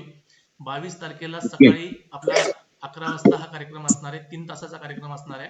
ठीक आहे. त्याचं स्थळ आणि बाकीच्या गोष्टी मी तुम्हाला कळवेल. पुष्कर कुलकर्णी याच्यामध्ये पुढाकार घेत आहेत. विश्वासजी, तुम्ही सगळ्यांनी पुष्करशीशी बोलावं, मयूरजींना पण मी सांगितलेलं आहे. सगळ्यांनी एकत्र बोलावं. हा कार्यक्रम तुमचा आहे असं समजून तुम्ही याच्यात पुढाकार घ्यावा. आणि हा कार्यक्रम जो आहे आपला पुस्तक प्रकाशनाचा, तो जास्तीत जास्त लोकांपर्यंत पोहोचवावा. ठीक आहे. आणि लोकांना तांत्रिकदृष्ट्या काम करण्यावरती भर देण्यासाठी प्रवृत्त करावं. ही सगळी माझी एकट्याची जबाबदारी नाही, आपल्या सगळ्यांची जबाबदारी आहे. आपण ते निश्चित करूया. ठीक आहे. करू आम्ही पुण्यातून फार ह्याला प्रसिद्धी देऊ. आपली 22 तारीख ठरलेली आहे. पुस्तक रेडी आहे आपलं. ठीक आहे. माझं ऐकू येतं का आवाज? मिलिंद काळे बोलतोय मी. मला वाटतं एक 15-1 वर्षापूर्वीची गोष्ट असेल. माझ्या सोसायटीमध्ये रेन वॉटर हार्वेस्टिंग केलं होतं. असं की खाली पाण्याची टाकी आहे, ज्यात महानगरपालिकेचं पाणी येतं आणि ते वरच्या टाकीवरती चोळलं जातं. आणि छताचं पाणी जे आहे ते आम्ही खालच्या टाकीमध्ये जमा केलं आणि खालची टाकी पण भरली, तर त्याचा ओव्हरफ्लो जो आहे तो बोरमध्ये दिला होता. आणि ते बोरमध्ये जात होतं पाणी. तर कालांतराने काय झालं की बोर बंद झाला, म्हणजे त्याच्यातून पाणी येईन झालं, मोटर चालना गेली. आणि मग चालना गेलीत म्हणून काढायचं प्रयत्न सुरू झाले, तर ती काढल्याच जाईना गेलं, एकदम जाम झाली. मग ट्रॅक्टर वगैरे काढून ते उपसल्या गेली. तर त्यानंतर मात्र असं झालं की ते सगळा म्हणजे त्याचा सगळा रेन वॉटर हार्वेस्टिंगचा पुढाकार मीच घेतला होता आणि त्याचा सगळा मग ते बोर जाम झाले आणि ती एकमेव अशी बोर आहे की आमच्या सोसायटीतली की ज्याला उन्हाळ्यावर पण सुद्धा पाणी उन्हाळ्यात कमी होतं पण ती त्याच ह्याच्यावरती सोसायटीचं पाहिजे काय असेल ते सगळं पाण्याची उपलब्धता त्याच्यावर चालते. पण हे असा अनुभव आल्यानंतर काय केलं मग सोसायटीने, तोपर्यंत मी पण मग कमिटीतून बाहेर पडलो आणि मी दुसऱ्या सुभाष पाळेकरांच्या कार्यामध्ये जास्त व्यस्त झालो आणि सोसायटीतून मग मी बाहेर पडलो त्या कार्यकारिणीमधून. त्याच्यानंतर काय झालं की त्यांनी मग ते असा अनुभव सोसायटीला तो गाळ त्याच्यामध्ये येतोय जे सगळं आणि असं आहे की नाही की फिल्टर लावलं नाही, सगळं फिल्टर लावून वगैरे करून गाळलेलं डायरेक्ट त्या बोरच्या शॉर्ट मध्येच सोडलं होतं पाणी. एक्झॅक्टली. आणि तुम्ही थांबवतो मी तुम्हाला थोडंसं. तुमचा प्रश्न आणि माझ्या लक्षात आलेला आहे. अतिशय चांगला प्रश्न आहे आणि बाकीच्यांच्या दृष्टीने सुद्धा खूप महत्वाचा प्रश्न तुम्ही विचारलाय. बऱ्याच वेळेस काय होतं की आपण असं मानतो आपण की आपण खूप चांगल्या पद्धतीनं फिल्टर पीठ बसवलेलं आहे वगैरे वगैरे सगळं आपण खूप नेटकेपणानं केलेलं आहे असं आपण मानतो. पण तरी सुद्धा काही प्रमाणामध्ये थोडा का होईना जो गाळ आहे तो त्या बोरवेल मध्ये जात असतो आणि त्या बोरवेलचा जो खाली पंप असतो, सबमर्सिबल पंप असेल किंवा फुटबॉल असेल किंवा काय असेल, तर त्याच्यामध्ये अगदी थोडासा गाळ जरी गेला तरी अशा पद्धतीने तुम्हाला जी समस्या आली ती समस्या येऊ शकते. ही तुम्हाला एकट्याला समस्या नाही आली, अशी अनेक ठिकाणी आलेली आहे. आणि म्हणूनच बहुतांश केसेसमध्ये चालू बोरहोलला जो एखादा तुम्ही वापरत असलेला बोरहोल आहे त्याला अशा पद्धतीने रेन वॉटर हार्वेस्टिंग अटॅच करणं आम्ही टाळतो. ही एक महत्वाची गोष्ट सगळ्यांनी लक्षात घेतलं पाहिजे. चालू बोरहोलला आम्ही बोरहोल रिचार्ज करू नका असं म्हणतो. वेगळा बोरहोल करा आणि तिथे तुम्ही रिचार्ज करा. ठीक आहे, ह्याच्यावर आमचा जास्तीत जास्त भर असतो जेणेकरून तुमची मोटर एफेक्ट होऊ नये. खूप जास्त गाळ गेला म्हणून तसं होत नाही, अगदी थोड्याशा गाळानं सुद्धा मोटर एफेक्ट होऊ शकते. आता त्याच्यामध्ये कदाचित त्या पाईप मधलं पाणी सुद्धा ते गाळाने असं ते माती ढसळत गेली असणार कदाचित, तसं पण असू शकतं खाली. पॉसिबल आहे. त्यामुळे आम्ही 99% केस मध्ये चालू बोरहोलला आम्ही ऍडवाइस करत नाही. अविनाश माने बोला. अविनाश माने. मिलिंद काळेंनी खूप महत्वाचा प्रश्न विचारला जो की माझ्या या सगळ्या समुद्रातून सुटला होता. बरं झालं, थँक्यू. अविनाश जी बोला. बोला, नेक्स्ट कोणाला विचारायचं आहे? अविनाश माने. आवाज येत नाही तुमचा. अविनाश, प्रवीण बिराज अनम्यूट करा स्वतःला आणि विचारा प्रश्न. अजून दोघांनी हात वरती केलेले आहेत बघा. अजून मी प्रवीण बिराजदार बोलतोय. माझा नमस्कार सगळ्यांना. मी लातूर जिल्ह्यातून आहे, मराठवाडा. किल्लारी गावात भूकंप झालेलं. तर माझा क्वेश्चन असा होता की मराठवाड्यात पाण्याची पातळी खूपच कमी आहे. हे जे भैरवकुंड आहे त्याचा व्हिडिओ स्वरूपात बघायला भेटलं तर बऱ्यापैकी आयडिया येईल. करूया. आता व्हिडिओ त्याचा अवेलेबल आहे बरं का. आम्ही दत्तगडावरती जो केला होता, पण ते ज्यांनी केला होता त्यांच्याकडे, त्यांना मी परवाच मेसेज पाठवला होता मला तो व्हिडिओ पाठवा म्हणून. ठीक आहे, जर मिळाला तर मी तुम्हाला. दादा, भैरवकुंडाचा दत्तगडाचा आपण पण एक केला होता पाठीमागे व्हिडिओ. जर बहुतेक मी केला होता. माझ्याकडे नाहीये तो व्हिडिओ, असेल तर बघा. दादा मी चेक करतो, बहुतेक मी केला होता का तू? बघा ना प्लीज. ज्यांच्याकडे असेल त्यांनी जरूर पाठवा. ठीक आहे, तो जर व्हिडिओ भेटला तर सगळ्यांसाठी समजण्यासाठी सोपं होऊन जाईल. माझ्या युट्यूब वरती वगैरे आपण अपलोड करू त्याची लिंक, म्हणजे मग देता येईल पटकन. आणि माझा दुसरा क्वेश्चन हा होता की समजा प्रवीणजी, दुसरी गोष्ट मी तुम्हाला आज जे मी बुकलेट सगळ्यांना मी देणार आहे ना, त्याच्यामध्ये मला स्वतःला असं वाटतं की ते वाचल्यानंतर कुणाला काही शंका राहणार नाही. त्यामुळे व्हिडिओ हवा नाही हवा ते तुम्ही नंतर न ठरवू शकता. पण आजची जी कार्यशाळा झाली आहे त्याच्यातून तुमचे काही प्रश्न शिल्लक राहू नये या दृष्टीनं मी तुम्हाला एक बुकलेट नक्की देणार आहे मी आज. ठीक आहे, okay, thank you sir. I have another question, म्हणजे अजून एक क्वेश्चन आहे माझा. भैरवकुंड किंवा रिचार्ज शिफ्ट बांधणार कोण? म्हणजे त्याचे स्किल वाले लोक लागतील ना बांधण्यासाठी? नाही, त्याला स्किल काय आवश्यक आहे? त्याला फक्त प्लंबिंग स्किल आवश्यक आहे. लक्षात घ्या. आता जे तुम्हाला मी बुकलेट बनवून देणार आहे ते बुकलेट पूर्णपणे समजून घेतलेला व्यक्ती समोर उभा असेल आणि त्याला जोडीला जर प्लंबर असेल तर आपल्याला भैरवकुंड रिचार्ज शाफ्ट नक्की करता येतं. त्यात काय अवघड नाही. ओके, हा. आणि अजून एक असा क्वेश्चन होता माझी जमीन आहे ती नदीच्या काठाची आहे. म्हणजे हा क्वेश्चन बोरच्या रिलेटेड नाही, बट एक तुम्हाला म्हणजे विचारण्यासाठी विचारतोय, माहिती घेण्यासाठी. तर तिथं म्हणजे एक जवळ धरण आहे आमच्या 1970-80 साली झालेलं आहे, माननीय शिवाजीराव निलंगेकर साहेबांनी केलेलं, माकणी तेरणा निम्न तेरणा धरण. मग समजा भरपूर पाऊस झाला तर पाणी पूर्ण शेतात राहतं. ठीक आहे. भरपूर पाऊस झाला, ओव्हरफ्लो झालं तर पाणी पूर्ण शेतात येते दोन्ही साईडनं. ठीक आहे. तर आणि समजा अवर्षण असेल तर पाणी कमी पडते. मग तिथं कोणत्या स्वरूपात पाणी साठवावे, हा माझा क्वेश्चन होता. असं आहे, थोडस विषयांतर होईल, पण तरी तुमच्या प्रश्नाचं उत्तर द्यायचं म्हणून सांगतो. माकणी धरण आणि किल्लारी या संपूर्ण परिसराचा मी अभ्यास केलेला आहे आणि त्याच्यावरती एक सविस्तर, आता मध्यंतरीच मला वाटतं मागच्याच महिन्यात किल्लारीला भूकंप होऊन काहीतरी, मला वाटतं 30 नोव्हेंबर ना, 30 सप्टेंबर बरोबर ना, 30 सप्टेंबर 1993, 30 वर्ष झाली. 30 वर्ष झाली. तर मला एका संपादक मित्रानं या सगळ्या 30 वर्षाच्या अनुषंगाने किल्लारी या विषयावरती लिहावं असं मला त्यांनी विनंती केली होती, पण माझ्या ह्या ऐकूनच व्यस्ततेमुळे मला काही ते शक्य झालं नाही. पण त्याची सगळी डेटाबेस आणि त्याची सगळी माहिती माझ्याकडे आहे आणि त्याचा जो सगळा अभ्यास झालेला आहे तो पण आहे आणि त्याच्यावर मी लवकरच एक सविस्तर लिहिणार आहे. तुमच्या भागातली जी एकूण भूगर्भ स्थिती आहे ना, प्रत्येक म्हणजे कोकणापासून ते विदर्भापर्यंत प्रत्येक पाणलोटाचं एक विशिष्ट गुण असतो. जसं दोन माणसाचे सारखे स्वभाव नसतात ना, तसं दोन पाणलोट कधीच सारखे नसतात. प्रत्येक पाणलोटाचं विशिष्ट स्वरूप असतं. तसं माकणी धरण जे आहे तिथपासून ते तुमच्या म्हणजे सास्तूर आणि किल्लारी आणि हा सगळा खालचा जो सगळा भाग आहे, तर त्या पाणलोटाची एक विशेषता आहे. ती काय विशेषता आहे? तुम्ही जे अनुभव सांगितला की पावसाळ्यामध्ये जमिनीतनं पाणी येतं, हे कशामुळे येतं, तिथे कुठल्या प्रकारचे उपाययोजना तिथे केल्या पाहिजेत, कुठल्या प्रकारच्या नाही केल्या पाहिजेत, असं सगळं सविस्तर मी, कारण कसं आहे, असं अर्ध्या तासात 15 मिनिटात 20 मिनिटात हे सगळं सांगणं इम्पॉसिबल असतं. अनेक टेक्निकल टर्म्स असतात त्याच्यामध्ये, त्या सांगणं अशा सेशन मध्ये पॉसिबल नसतं. तर हे सगळं सविस्तरपणे मांडावं लागतं, सविस्तरपणे लिहून मांडावं लागतं, म्हणजे मग ते समजू शकतं. तर किल्लारी हा विषय माझ्या डोक्यात आहे आणि मी निश्चित त्याच्यावरती लिहिणार आहे, याची मी तुम्हाला ग्वाही देतो. तुम्ही मला अधूनमधून टच मध्ये राहा, ठीक आहे? तुम्ही टच मध्ये राहा. तुम्ही प्रॉपर नेटिव्ह तिथले आहात का किल्लारीचे? किल्लारी जवळ मंगरुळ म्हणून गाव आहे, सास्तूर आणि किल्लारीच्या मध्ये. आपण हा जॉईंट, आणि तुमचं शिक्षण काय झालेलं आहे? बी इलेक्ट्रॉनिक्स झालंय माझं, सध्या मी पुण्यात जॉब करतोय.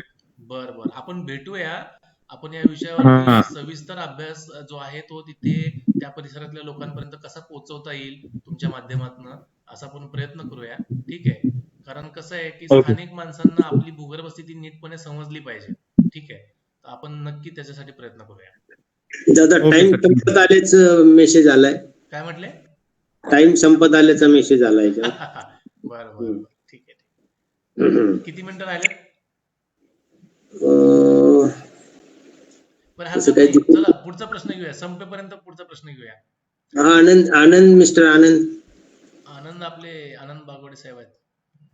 अच्छा, आनंद बी. नमस्कार सर. नमस्कार. येस सर, क्विक प्रश्न विचारतो, जास्त वेळ न घेता. बेसिकली आता मी माझ्या सोसायटीच्या कार्यकारिणीत सामील झालेलो आहे आणि आता आमच्या इथे 3 बेसिकली बोरवेल आहेत सोसायटीमध्ये. 2 एकराची सोसायटी आहे साधारणपणे, पूर्व पश्चिम पसरलेली आहे, उत्तरेकडे टेकडी आहे कोथरूडमध्ये आणि पूर्व बाजूला पूर्णपणे रस्ता आहे. तर प्रश्न माझा खूप क्विक असा आहे की 3 बोरवेल पैकी 2 बोरवेल ह्या वापरत्या आहेत, तिसरी जी बोरवेल आहे ती एकदम रेअर केसमध्ये वापरतो, त्याला जड पाणी आहे बऱ्यापैकी. सो जर का आम्ही असा अभ्यास करून ही जर शाफ्ट करायला प्लॅन केलं तर ते एकमेकांमध्ये कंटॅमिनेट होण्याची शक्यता कितपत असू शकते? नाही, कंटॅमिनेट आपोआप होणार नाही. त्याच्यामध्ये तुम्ही आता समजा नवीन एखादा शाफ्ट केला, समजा आता ऑलरेडी तुमच्याकडे 3 बोरवेल आहेत ना, त्या 3 बोरवेलचे लोकेशन्स कुठे कुठे आहेत ते बघावं लागेल, ठीक आहे? बरोबर. अपस्ट्रीमला कुठला आहे, डाऊनस्ट्रीमला कुठला आहे, कुठलं पाणी जड आहे, कुठलं नाहीये ते बघायला लागेल, ठीक आहे? आणि त्याप्रमाणे आपल्याला ठरवावं लागेल. आता याच्यात कंटॅमिनेशनची शक्यता कुठे आहे? समजा जर अपस्ट्रीमला तुमचं जर जड पाणी असलेलं बोरवेल असेल आणि त्याच्या आणि चालू बोरवेलच्या मध्ये जर आपण काही दुसरं छेडछाड केली तर कंटॅमिनेशनची पॉसिबिलिटी होऊ शकते.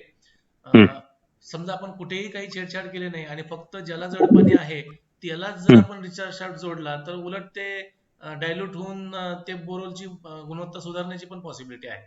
Awesome, correct. मला तेच फक्त हवं होतं, पण तुमच्याकडनं ते व्हॅलिडेट करून घ्यायचं. पण मी साईट तुमच्याशी शेअर करीन, मी साईट तुमच्याशी शेअर करीन, नक्कीच शेअर करीन सर. येस, असल्यामुळे काय आपल्याला कधी भविष्यात कळणार नक्की सर, नक्की सर, अप्रिशिएट. अविनाश माने बोला. अविनाश माने, तुमचा आवाज. हॅलो. या निमित्ताने मला तुम्हाला सगळ्यांना आणि खास करून जी मंडळी जिओलॉजिस्ट आहेत, आज मी बघतोय आजच्या कार्यक्रमाला जिओलॉजिस्टची संख्या खूप आहे. ठीक आहे, जी जिओलॉजिस्ट मंडळी आहेत, यंग जिओलॉजिस्ट मंडळी आहेत आणि सहज जलबोध सोबत समन्वयक म्हणून काम करणारी जी मंडळी आहेत ती पण आज बरीच हजर आहेत. या सगळ्यांना उद्देशून मला एक महत्वाची गोष्ट सांगायची आहे.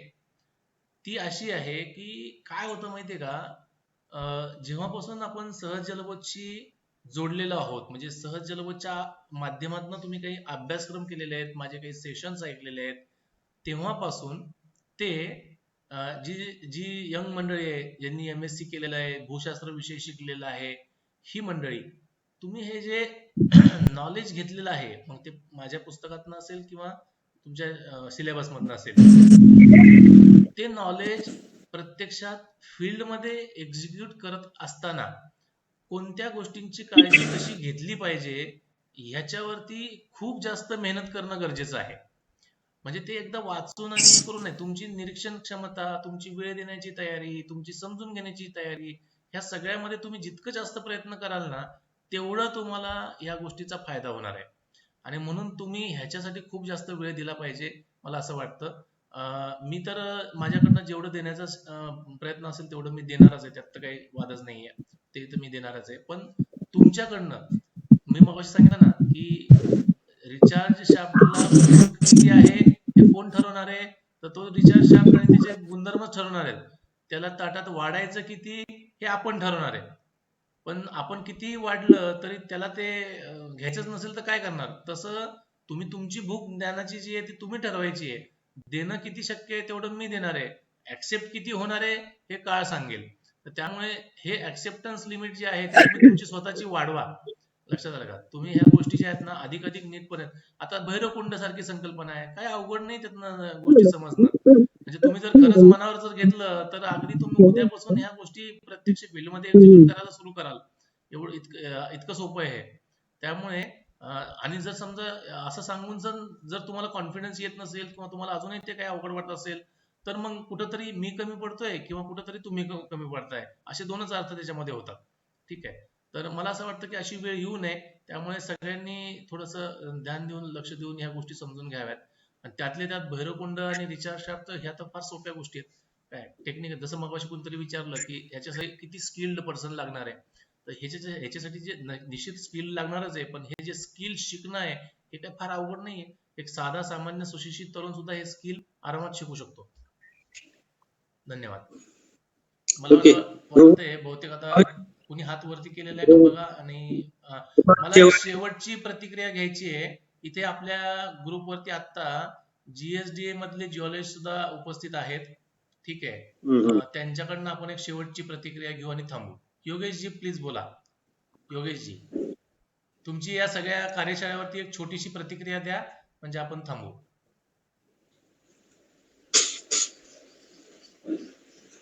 योगेशजी, तुमच्याकडनं छोटीशी प्रतिक्रिया अपेक्षित आहे.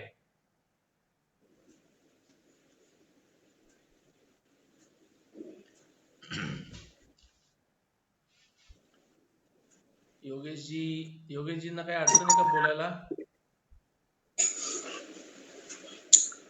योगेशजी जिओलॉजिस्ट आहेत, जुने आहेत. रिचार्ज शाफ्ट संदर्भात योगेशजींना संपूर्ण तांत्रिक नॉलेज असलेली व्यक्ती आहे. त्यामुळे बरं ठीक आहे, मला वाटतं त्यांना काहीतरी बोलायला अडचण दिसते त्याच्यामध्ये. हरकत नाही, नंतर का ना तुम्ही याच्यावरती जरूर आम्हाला प्रतिक्रिया आजच्या या सेशन बद्दल जरूर कळवा. हे सेशन खरंच लोकांसाठी उपयुक्त होतं की नव्हतं, याच्यात काय गोष्टी माझ्याकडनं सांगायच्या राहिल्या वगैरे, काही त्रुटी असतील तर त्रुटी जरूर आम्हाला तुम्ही कळवा. कारण अशा महत्वाच्या व्यक्तींच्या ज्या काही कमेंट्स असतात त्या आम्हाला खूप महत्वाच्या असतात. त्याच्यामुळे आम्हाला तुमच्याकडनं जरूर अपेक्षा आहे की तुम्ही याच्यावरती आपलं म्हणणं मांडाल. ठीक आहे, योगेशजी नाही येतं. आता मला असं वाटतं आपण इथं रोहन शेवाळे आणि ओंकार कडेकर आहे, सर्वदे मॅडम पण होत्या, बहुतेक बाहेर पडल्या वाटतं. 3 जिओलॉजिस्ट आहे सर, मी आहे सर. ठीक आहे, तुम्ही द्या प्रतिक्रिया. तुम्ही आतापर्यंत भरपूर रिचार्ज शाफ्ट बघितलेले असतील, केलेले असतील. तुमची एक प्रतिक्रिया द्या. सर थोडस वेगळी प्रतिक्रिया देते मी, कारण आपण जवळपास 5-6 वर्ष झालं कॉन्टॅक्ट मध्ये आहोत. बरोबर. आणि जसं व्हॉट्सअप ग्रुप निघालेला आहे तसं तर डायरेक्टली इनडायरेक्टली बरंच आपण एकमेकांना नॉलेज शेअर करताय तुम्ही आमच्यासोबत. पण आजचं जे होतं ना ते माझ्यासाठी किंवा बाकीच्या जिओलॉजीसाठी खूपच खास होतं असं म्हणेन मी. कारण ग्राउंड लेवलचं सगळेजण शिकवतात, पण ह्या लेवलला जाऊन म्हणजे आतापर्यंत मला तरी नाही भेटलं. तर ते एक खूप महत्वाचा पॉइंट आहे याच्यामध्ये. प्रॅक्टिकल जर तुमच्यासोबत 1-2 करायला मिळाले तर खूपच आनंद होईल. बघू, जिओलॉजिस्टचा ग्रुप एक तर आम्ही जे यंग जिओलॉजिस्ट आहोत ते सगळेजण मिळून एकत्र तुम्हाला कधी वेळ असेल तिथे एक फील्ड ट्रिप सारखं करूयात, असं माझ्या डोक्यात आहे. आणि सर थांबा सर, मला पूर्ण बोलू द्या. तुम्ही जे शिकवताय, तुमची जी पुस्तक आहेत सोप्या भाषेतली, MSc ला शिकत असताना हा सब्जेक्ट असा ग्राउंडवरती इम्प्लिमेंट असा पण करायला पाहिजे किंवा केल्याने त्याचे काय फायदे होतात हे कधीही कोणी अशा पद्धतीने सांगितलं पण नाहीये आणि विचार पण करणार नाहीये. आता खूप जरी नॉलेजेबल व्यक्ती असेल पण लोकांपर्यंत अशा सोप्या भाषेत गोष्टी पोहोचवणं हे काही पॉसिबल सगळ्यांना नसतं. पण तुमच्याकडे बघून खरंच वाटायला लागले की हे पॉसिबल आहे. आणि अटल भुजलच्या माध्यमातून मी वनराई सोबत काम करते सध्या, पण ग्राउंडवरती उतरताना खरंच तुमच्याकडे बघून थोडस बऱ्याच गोष्टी सहज सोप्या होतात माझ्यासाठी. तर त्यासाठी खूप खूप धन्यवाद. वेळ मिळत नाही, बरोबर आहे तुमचं, की बऱ्याचदा थोडासा वेळ दिला तर सगळ्याच गोष्टी करणं शक्य आहे. पण एक नवीन अप्रोच असा आहे की 10-15 गावांमध्ये एक मॉडेल विलेज टाईप करण्याचं थोडंसं प्लॅनिंग आहे या योजनेमध्ये, किंवा इव्हन ऍज अ जिओलॉजिस्ट म्हणून मला सुद्धा काही इनोव्हेटिव्ह करायचं आहे. तर नक्कीच ते भैरवकुंडचं मी ट्राय करेन सर, कमीत कमी एका तरी गावामध्ये ट्राय करेनच मी. आणि मग त्यावेळेस मग नक्कीच सक्सेस ला सुरुवात झाली असं समजेन. तुमच्यासोबत कनेक्टिव्हिटीचं मला तरी फायदा खूप जास्त झालेला आहे. जर तुम्ही अटल भुजल मध्ये जिथे जिथे तुम्ही काम करताय, वनराईच्या परवानगीने जर तुम्ही एक गाव निवडून आत्ता या वर्षी उरलेल्या पावसाळ्याच्या कालावधीसाठी म्हणून मी तुम्हाला एक प्रस्ताव देतोय, बघा तुम्ही त्यांच्या समोर मांडला. तसं तर अमित वाडेकरही मला ओळखतात आणि मध्यंतरी अमित आणि धार्य आणि तुमचे ते मंगेशजी वगैरे यांच्यासोबत माझी एक मीटिंग पण झालेली ऑनलाईन. ठीक आहे, त्यावेळेसही मी त्यांना बोललेलो. तर ऍक्च्युली ती मीटिंग थोडीशी वनराई बंधारे या विषयात होती, पण त्या दिवशी पण मी त्यांना हा सल्ला दिला होता. आणि आज परत एकदा तुम्हाला मी तुमच्या मार्फत मी हा प्रस्ताव देतो की आता तुम्ही स्वतः तर जिओलॉजिस्ट आहात, त्याच्यामुळे तुमच्या गोष्टी समजणं काही अवघड नाहीये. तर मी तुम्हाला प्रस्ताव असा देतो की तुम्ही एक गाव निवडा, त्या गावाचा ड्रेनेज मॅप तुमच्याकडे ऑलरेडी असेल, बरोबर आहे, त्या गावाचं वेल इन्व्हेंटरी डेटा पण तुमच्याकडे असेल, बरोबर आहे, म्हणजे अर्ध काम ऑलरेडी झालेलं आहे. आणि याच्या आधारे मी तुम्हाला त्या गावामध्ये भैरवकुंडाच्या काही साइट्स देईल. ठीक आहे, शक्यतो मिनिमम साइट्स मध्ये मॅक्झिमम बेनिफिट कसा असेल अशा साइट्स आपण निवडू. आणि मग दारिया साहेबांच्या माध्यमातून किंवा अजून मला जर शक्य झालं तर माझ्या माध्यमातून, गावकऱ्यांच्या पुढाकाराच्या माध्यमातून आपण काय करू, किंवा श्रमदानातून सुद्धा आपण ह्या सगळ्या साइट्स वरती भैरवकुंड करूयात.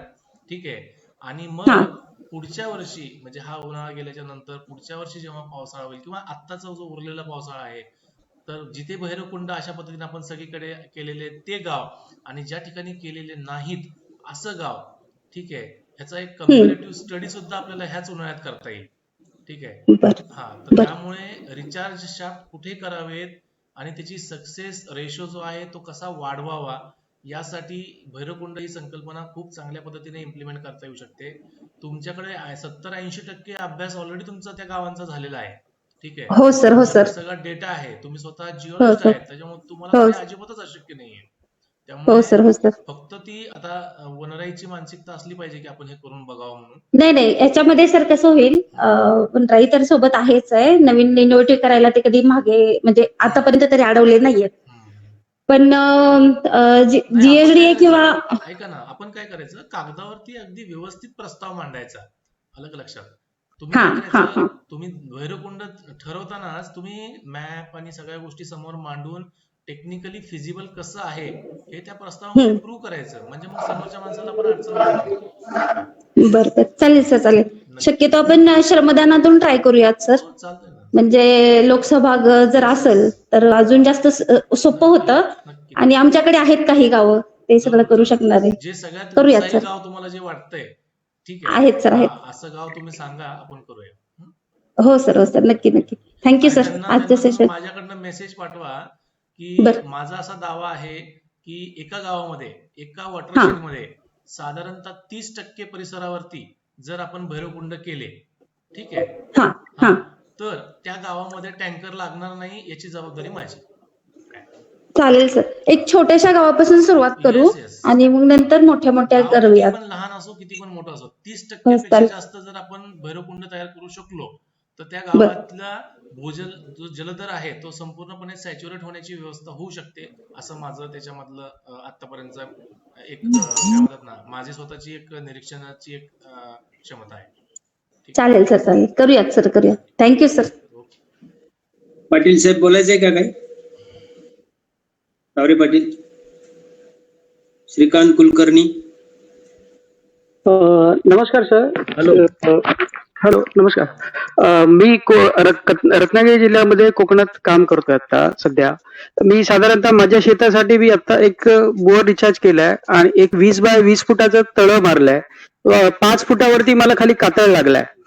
तर त्याच्यात ह्या वर्षामध्ये कमीत कमी एक 35 ते 40 वेळा पावसामध्ये पूर्णपणे भरून पाणी ओसंडलंय. तर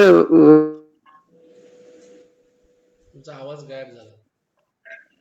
हॅलो, आवाज नाही येते. आवाज गेला तुमचा. रेंजचा प्रॉब्लेम असेल.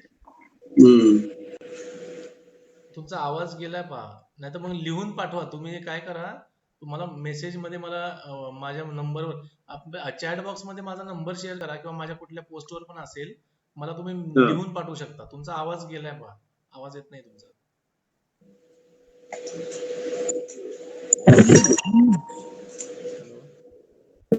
हा, रोहन बोल. रोहनला बोलायचं वाटतं, बोला.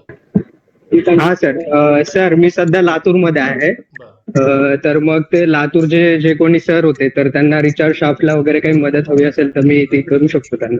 प्रवीणजी तुम्ही रोहनचा नंबर माझ्याकडनं घ्या, तुम्ही मिळून प्रोजेक्ट करा. तुम्ही दोघेही जवळचेच आहात, ठीक आहे. हो सर, मी नाशिकला असतो सर, पण सध्या जीएसडी लातूरला प्रोजेक्ट वरती काम करतोय. तर मग त्यांना काही मदत हवी असेल. प्रवीण बिरादर एक्झिट झाले तर मी तुमची जोडणी करून घेईन. हो सर, चालेल. विश्वासजी, हा, मला वाटतं आता आपण थांबूयात. हो. ठीक आहे. जवळ, हा पाटील साहेब बोला. बोलायचंय का? नाही. हा, खरं तर हा मला वॉटर हार्वेस्टिंगचा नारा खूप सगळीकडे आहे आणि टेरेस पाणी बोरमध्ये जिरवणं, पिंपरी चिंचवडमध्ये तर खूप एका संस्थेने खूप कामं केली अशी, पण ते किती चुकीचं काम होते. आजचं सेशन ऐकल्यामुळं बोर पुनर्भरण, टेरेसचं पुनर्भरण, वॉटर हार्वेस्टिंग खूप खूप चुकीची कामं चालली आहेत. हे आता लक्षात आलेलं आहे बरं का. पण या आजच्या सत्रानं मात्र माझ्या सगळ्या शंका दूर झालेल्या आहेत, सगळ्या. आणि मी टेक्निकल सपोर्ट घेतल्याशिवाय म्हणजे माझ्या मळ्यात तर मी काहीच करत नाही. गेली 5 वर्षे मी थांबवले. जसं दादांचा संपर्क सुरू झालेला आहे तसं मी काहीच करत नाही आता मात्र आपल्याला बरोबर काम, पहिला प्रोजेक्ट माझ्या मळ्यामध्ये सगळ्या प्रकारचे करायचे. म्हणजे नाल्यातले ट्रेंच किंवा भैरवकुंड किंवा चार्ज, ह्या सगळ्या गोष्टी मला करायच्यात. माझ्या परिसरातले शेतकरी पण तयार आहेत बरेचसे, पण मी जर सॅम्पल पीस केला तर आजूबाजूचा जो आमचा पट्टा आहे तो 30-40 वर्ष दुष्काळ छाया येते. अर्ध गाव आमचं रोडच्या वरचं पूर्ण दुष्काळ आहे आणि खाली पाणी नको आहे, नको नको पाणी होते ओढ्याच्या पलीकडं. गाव 2 भागात विभागलेलं आहे, ओढा अलीकडं आणि खाली पलीकडं. तेव्हा मला जो माझ्याकडे जो करायचा आहे प्रकल्प तो लवकरात लवकर करू आणि विश्वास आपण सोमवारी जाऊ तिकडे बघायला आपल्या साईटवर. चालेल चालेल नक्की. ओके ओके ओके धन्यवाद. धन्यवाद. ओके. नमस्ते दादा, ओमकार बोलतोय. 1-2 मिनिटं. बोला हा हा बोला ना. दादा ते तुम्ही जे नेहमी मार्गदर्शन करता ते माझ्यासाठी नेहमी फायद्याचं असतं. पण मी इथं हरियाणामध्ये आहे आणि इथला जो पूर्ण एरिया आहे तो पूर्ण अल्युव्हियल आहे आणि प्लेन एरिया आहे. त्यामुळे जास्तीत जास्त ज्या संकल्पना आपण सहज मध्ये शिकतो त्या इथं एकटा अप्लाय करता येत नाही. आणि परत डिपार्टमेंट इरिगेशन डिपार्टमेंटचे कामं जे असतात ते ऑलरेडी डिसाइडेड असतात. तर फील्डवर नाही नाही ते असं कशा काही नाही. पद्धतीनं इथं जे ऐकलेलं आहे ते तिथं इम्प्लिमेंट करता येत नाही असं नाहीये. मी स्वतः मागच्या वर्षी तुमच्याच एरियामध्ये हरियाणामध्येच 2 जिल्ह्यामध्ये गौतम बुद्ध नगर आणि आपलं नोएडा आणि ते काय त्या 2 भागामध्ये गाझियाबाद आणि नोएडामध्ये मी स्वतः या सगळ्या गोष्टी ज्या आहेत ते तिथल्या लोकांना सांगितलेल्या आहेत. त्याच्यामुळे फायदे कमी जास्त होऊ शकतात परंतु शास्त्र तेच आहे. त्यामुळे असं काही नाही. आता आता आपण रिचार्ज शाफ्ट बद्दल बोललो किंवा रिचार्ज स्पीड बद्दल बोललो तर हे सगळे स्ट्रक्चर तिथेही होतातच ना. काय नाही, डिपार्टमेंटचा जो अप्रोच असतो ना म्हणजे होतात, हा पण डिपार्टमेंटचा अप्रोच ऑलरेडी डिसाइड असतो आणि त्यात इंटरफेअर बरोबर करता आहे. येत नाही असं बरोबर हा. आहे. आपण फक्त हे बघा शेवटी मी मगाशी म्हटलं ना की द्यायचं किती आपल्या हातात आहे. भूक शेवटी ज्याला जेवढी असेल तेवढंच खाणार ना तो. त्याच्यामुळे त्यांना किती त्या गोष्टीची उत्सुकता आहे आपण सल्ला द्यायचं काम करायचं. त्यांनी केलं तर ठीक आहे नाही तर नाही. हा हा तेच. पण बाकी जे कामात असतं तांत्रिकता हे ते ते नेहमी लक्षात असतं की दादांचं नेहमी मस्त की तांत्रिकता झाली पाहिजे. तर ती इथं जे जे माझ्या अंडर प्रोजेक्ट असतात तर त्याचं मॉनिटरिंगचं काम करताना नेहमी तांत्रिकतेकडे माझं नेहमी लक्ष जातं. असायलाच पाहिजे.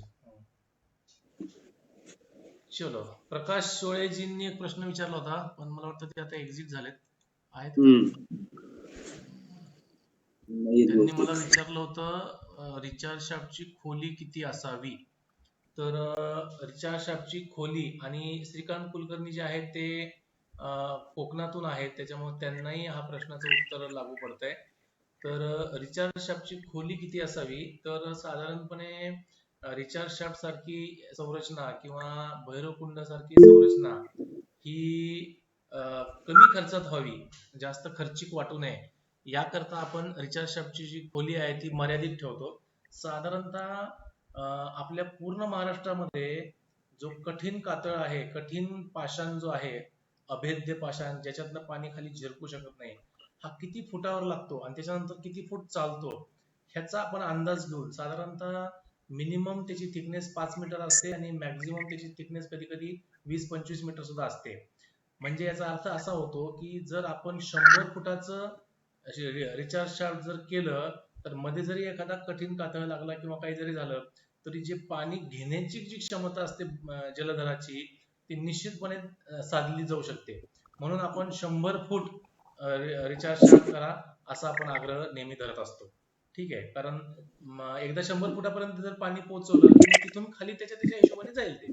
ठीक आहे, पण जे असे बोरवेल की जे डिफंक बोरवेल म्हणजे 500 फूट खोदलं वाया गेलं किंवा त्याचा वापर झाला नाही वगैरे असे जे बोरवेल आहेत ना तर ते सुद्धा जास्तीत जास्त वापरात आणले पाहिजे रिचार्ज शाफ्टसाठी.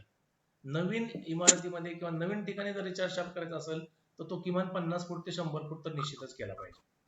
ठीक आहे, आणि राहिला प्रश्न कोकणातला तर कसं असतं की वेस्टर्न घाट मधला जो काही प्रदेश आहे की जिथे जलधारांचे जे खडक असतात त्याला उतार खूप जास्त असतो, तिथे कधी कधी काय होतं की लोकांच्या विहिरी वगैरे जवळपास असतील समजा, तिथे जर आपण असा एखादा रिचार्ज शाफ्ट केला किंवा काही केलं तर असलेलं जे शॅलो एक्विफर मधलं पाणी आहे ते सुद्धा खाली ड्रेन होऊन जाण्याची शक्यता असते.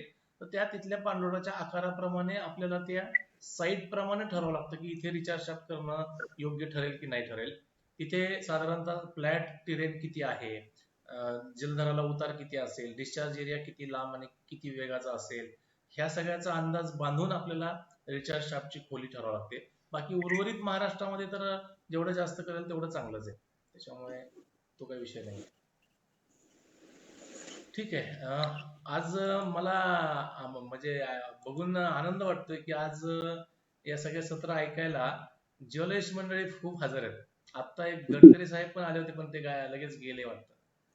बॅटरी साताऱ्याला जिओलॉजिस्ट होते ते, त्यांचं नाव ऐकून आहे. हा आहेत की गडकरीजी, काही बोलणार असेल तर आनंद वाटेल आम्हाला. नाव घेतलं आणि लेफ्ट झाले. लोक रिचार्ज शाफ्ट हा विषय ना सध्या जीएसडीए मध्ये मोठ्या प्रमाणात चालतो ना, त्यामुळे अच्छा. कदाचित मी काय नवीन सांगतो की काय बघण्यासाठी मधून मधून जॉईन होत असावेत. हरकत नाही. सर जॉईन होण्यापेक्षा त्यांनी आपल्याला मार्गदर्शन पण करायला पाहिजे होतं, पण ते त्यांच्यापैकी कोणी बोलतच नाहीये. चला ठीक आहे, हरकत नाही. थांबूया आपण आता. येस येस, जवळपास 38 लोक जॉईन झाले होते आणि बऱ्यापैकी विश्वासजी, याच्यावरती तुम्ही आता, मला वेळ नाही लिहायला, तुम्ही काय करा, आजच्या कार्यशाळेवरती एक 10-20 ओळीची माहिती द्या पत्रकारांना देण्यासाठी. ठीक आहे, ओके, प्रेस रिलीज बनवा, मयूरशी पण बोला वाटल्यास. ठीक आहे, आजची कार्यशाळा आपण कशासाठी घेतली होती, या कार्यशाळेमध्ये काय शिकायला मिळालं, याचं आउटपुट काय होतं, आणि सहभागी कोण कोण, जनरल जे तुम्हाला आठवतात अशी नावं, अशी एक प्रेस रिलीज बनवून पत्रकारांना देऊया आपण. तुम्ही प्रेस रिलीज बनवा, त्याच्यामध्ये मी एडिट करतो आणि फायनल झाली की पाठवूया, आजच पाठवूया. कारण विषय फार महत्वाचा आहे, त्यामुळे ठीक आहे. सर तर रोहन, एक विचारायचं होतं. बोला ना. सर, एखादा नाला आहे समजा, जो मेन रिव्हरला जाऊन मिळतोय, त्याच्यावरती किती लिमिट पाहिजे रिचार्ज शाफ्ट टाकण्याचं? जर आपण सगळंच वॉटर, सरफेस वॉटर पण जर ग्राउंड मध्ये टाकतोय, तर सरफेस वॉटरची पण फुलफिलमेंट झाली पाहिजे कुठेतरी. नाही नाही, तसं नसतं ते. त्या ठिकाणची इन्फिल्ट्रेशन कॅपॅसिटी किती आहे ते गृहीत धरून, मग अशी मी सांगितलं ना की एकूण साठा क्षमता किती आहे आणि त्या जलधराची ऍक्सेप्टन्स लिमिट किती आहे, त्याचा अंदाज घेऊन आपल्याला नंबर ऑफ रिचार्ज शाफ्ट ठरवावे लागतात. असं आहे. ठीक आहे, ते गणित मी तुम्हाला देईल. मी माझं जे हे आहे ना, मी तुम्हाला जे ब्रोशर शेअर करतो ना, त्या ब्रोशर मध्ये देईल मी तुम्हाला. ठीक आहे. कारण काय होतं, इथे तुम्हाला असा ढोबळ आकडा सांगण्यात काय अर्थ नाहीये की एकच असावं, दोनच असावं. लक्षात आलं का? ते कॅल्क्युलेशन तुम्हाला फॉर्म्युला पण माहिती असला पाहिजे. Yes sir. शक्यतो मी तरी म्हणजे थर्ड ऑर्डर आणि फोर्थ ऑर्डर स्ट्रीम मध्ये रिचार्ज शाफ्ट घेण्याला माझा विरोधच आहे. शक्यतो थर्ड फोर्थ ऑर्डर मध्ये रिचार्ज शाफ्ट करू नये असं मला वाटतं, कारण तिथे बऱ्यापैकी पाणी जिरवण्याची क्षमता वाढलेली असते, वाळूचं आणि वेदर थिकनेसचं प्रमाण पण जास्त असतं. परंतु जे फर्स्ट ऑर्डर आणि सेकंड ऑर्डर स्ट्रीम आहेत, पाझर तलाव आहेत, त्या ठिकाणी रिचार्ज शाफ्ट जरूर करावेत. ते रिचार्ज शाफ्ट करत असताना तिथे स्लग टेस्ट किंवा इन्फिल्ट्रेशन टेस्ट करून त्याची ऍक्सेप्टन्स लिमिट किती आहे ती बघावी आणि मग आपण त्याची संख्या ठरवावी. असं आहे.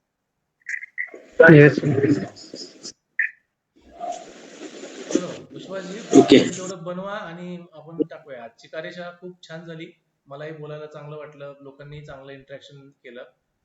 फक्त जीएसडीए ची जिओलॉजिस्ट एवढी सगळी मंडळी हजर होती, पण कोणी बोललं नाही. हरकत नाही. आपण काय करूया, आता माझी बदली जेव्हा होईल ना पुण्यामध्ये, लवकरच होण्याची शक्यता आहे, त्यावेळेस आपण जीएसडीए मध्येच कार्यक्रम ठेवूया. कारण जीएसडीए जे आहे ना, भूवैज्ञानिकांचं ऑफिस आहे आणि रिचार्ज शाफ्ट सारख्या योजनेवरती खूप जास्त काम करतंय जीएसडीए. त्याच्यामुळे आणि त्याचे फायदे पण लोकांना कळले पाहिजेत ना. लोकांना असं वाटतं की जीएसडीए काही काम करत नाही, पण जीएसडीए किती चांगलं काम करतं हे लोकांना कसं कळणार? ते लोकांना समजलं पाहिजे. त्यामुळे जीएसडीए जे रिचार्ज शाफ्ट जिथे जिथे केलेले आहेत, ते काय नुसतंच बोर मारलं आणि गेले असं लोकांना न वाटतं, त्याचे फायदे कसे झालेले आहेत ते पण लोकांना कळले पाहिजे. शासकीय जिओलॉजिस्ट वर त्यांचा विश्वास वाढेल ना चांगला. आणि दादा, थोडं मी सांगतो, आता थोडी भरती आली आपली जीएसडीची, त्यामध्ये जेवढे यंग जिओलॉजिस्ट येतील, समजा मग आमचं पण झालं त्याच्यात, तर सहज जलबोधचं मार्गदर्शन घ्यायला अजून मुलं आम्ही तयार करू, म्हणजे जे वैज्ञानिक असतील ते. नाही, आता माझी बघा, माझी आज जरी बदली नाही झाली ना, तरी लवकरच येत्या काळात मी येणारच आहे पुण्यामध्ये, अगदी ठरलेलं आहे. तर त्यामुळे, आणि एकदा मी शासकीय अधिकारातनं, आता कसं आहे माहितीये का, आज मी अधिकारवाणीनं जीएसडीशी काय बोलू शकत नाही आता, कारण मी आता सहज जलबोध म्हणून आपण जीएसडीशी फार काही जास्त हे करू शकत नाहीये. ठीक आहे. जर त्यांनी आपल्याला बोलवलं, आपल्याला विचारलं तरच आपण सांगू शकतो ना काय. परंतु भविष्यात जर मी CGWB चा अधिकारी म्हणून जर तिथे असेल तर निश्चितपणे मी माझ्या अनेक गोष्टी ज्या आहेत त्या GSD शी बोलेल अधिकाऱ्यांना. बरोबर. अल्टिमेटली आज पण मी एका पोस्ट वरती मी लिहिलेलं आहे की GSDA काय किंवा CGWB काय किंवा एकूणच जिओलॉजिस्ट कम्युनिटी, मग ते सरकारी यातले असेल किंवा नॉन सरकारी, अखंड जिओलॉजिस्ट कम्युनिटी बद्दलचा अभिमान मला असल्यामुळे या सगळ्या जिओलॉजिस्ट कम्युनिटीची जी चांगली कामं आहेत ती लोकांपुढे कशी जातील ह्याच्यासाठी जास्तीत जास्त प्रयत्न करणं हे मला नेहमीच प्राधान्याचं वाटलेलं आहे. त्याच्यामुळे मी करणार प्रयत्न. मला असं वाटतं की आपण किती वेळ बोललो तरी आपलं कार्यशाळा संपणार नाही, त्याच्यामुळे आपण थांबूयाच. ओके. उपस्थित सर्वांचे आभार, धन्यवाद. आणि काही शंका असेल, काही प्रॉब्लेम असतील तर नक्की तुम्हाला जे नंबर दिलेले आहेत दादांचा आहे, माझा आहे, आमच्याशी कॉन्टॅक्ट करा आणि पुन्हा लवकरच भेटूयात. धन्यवाद.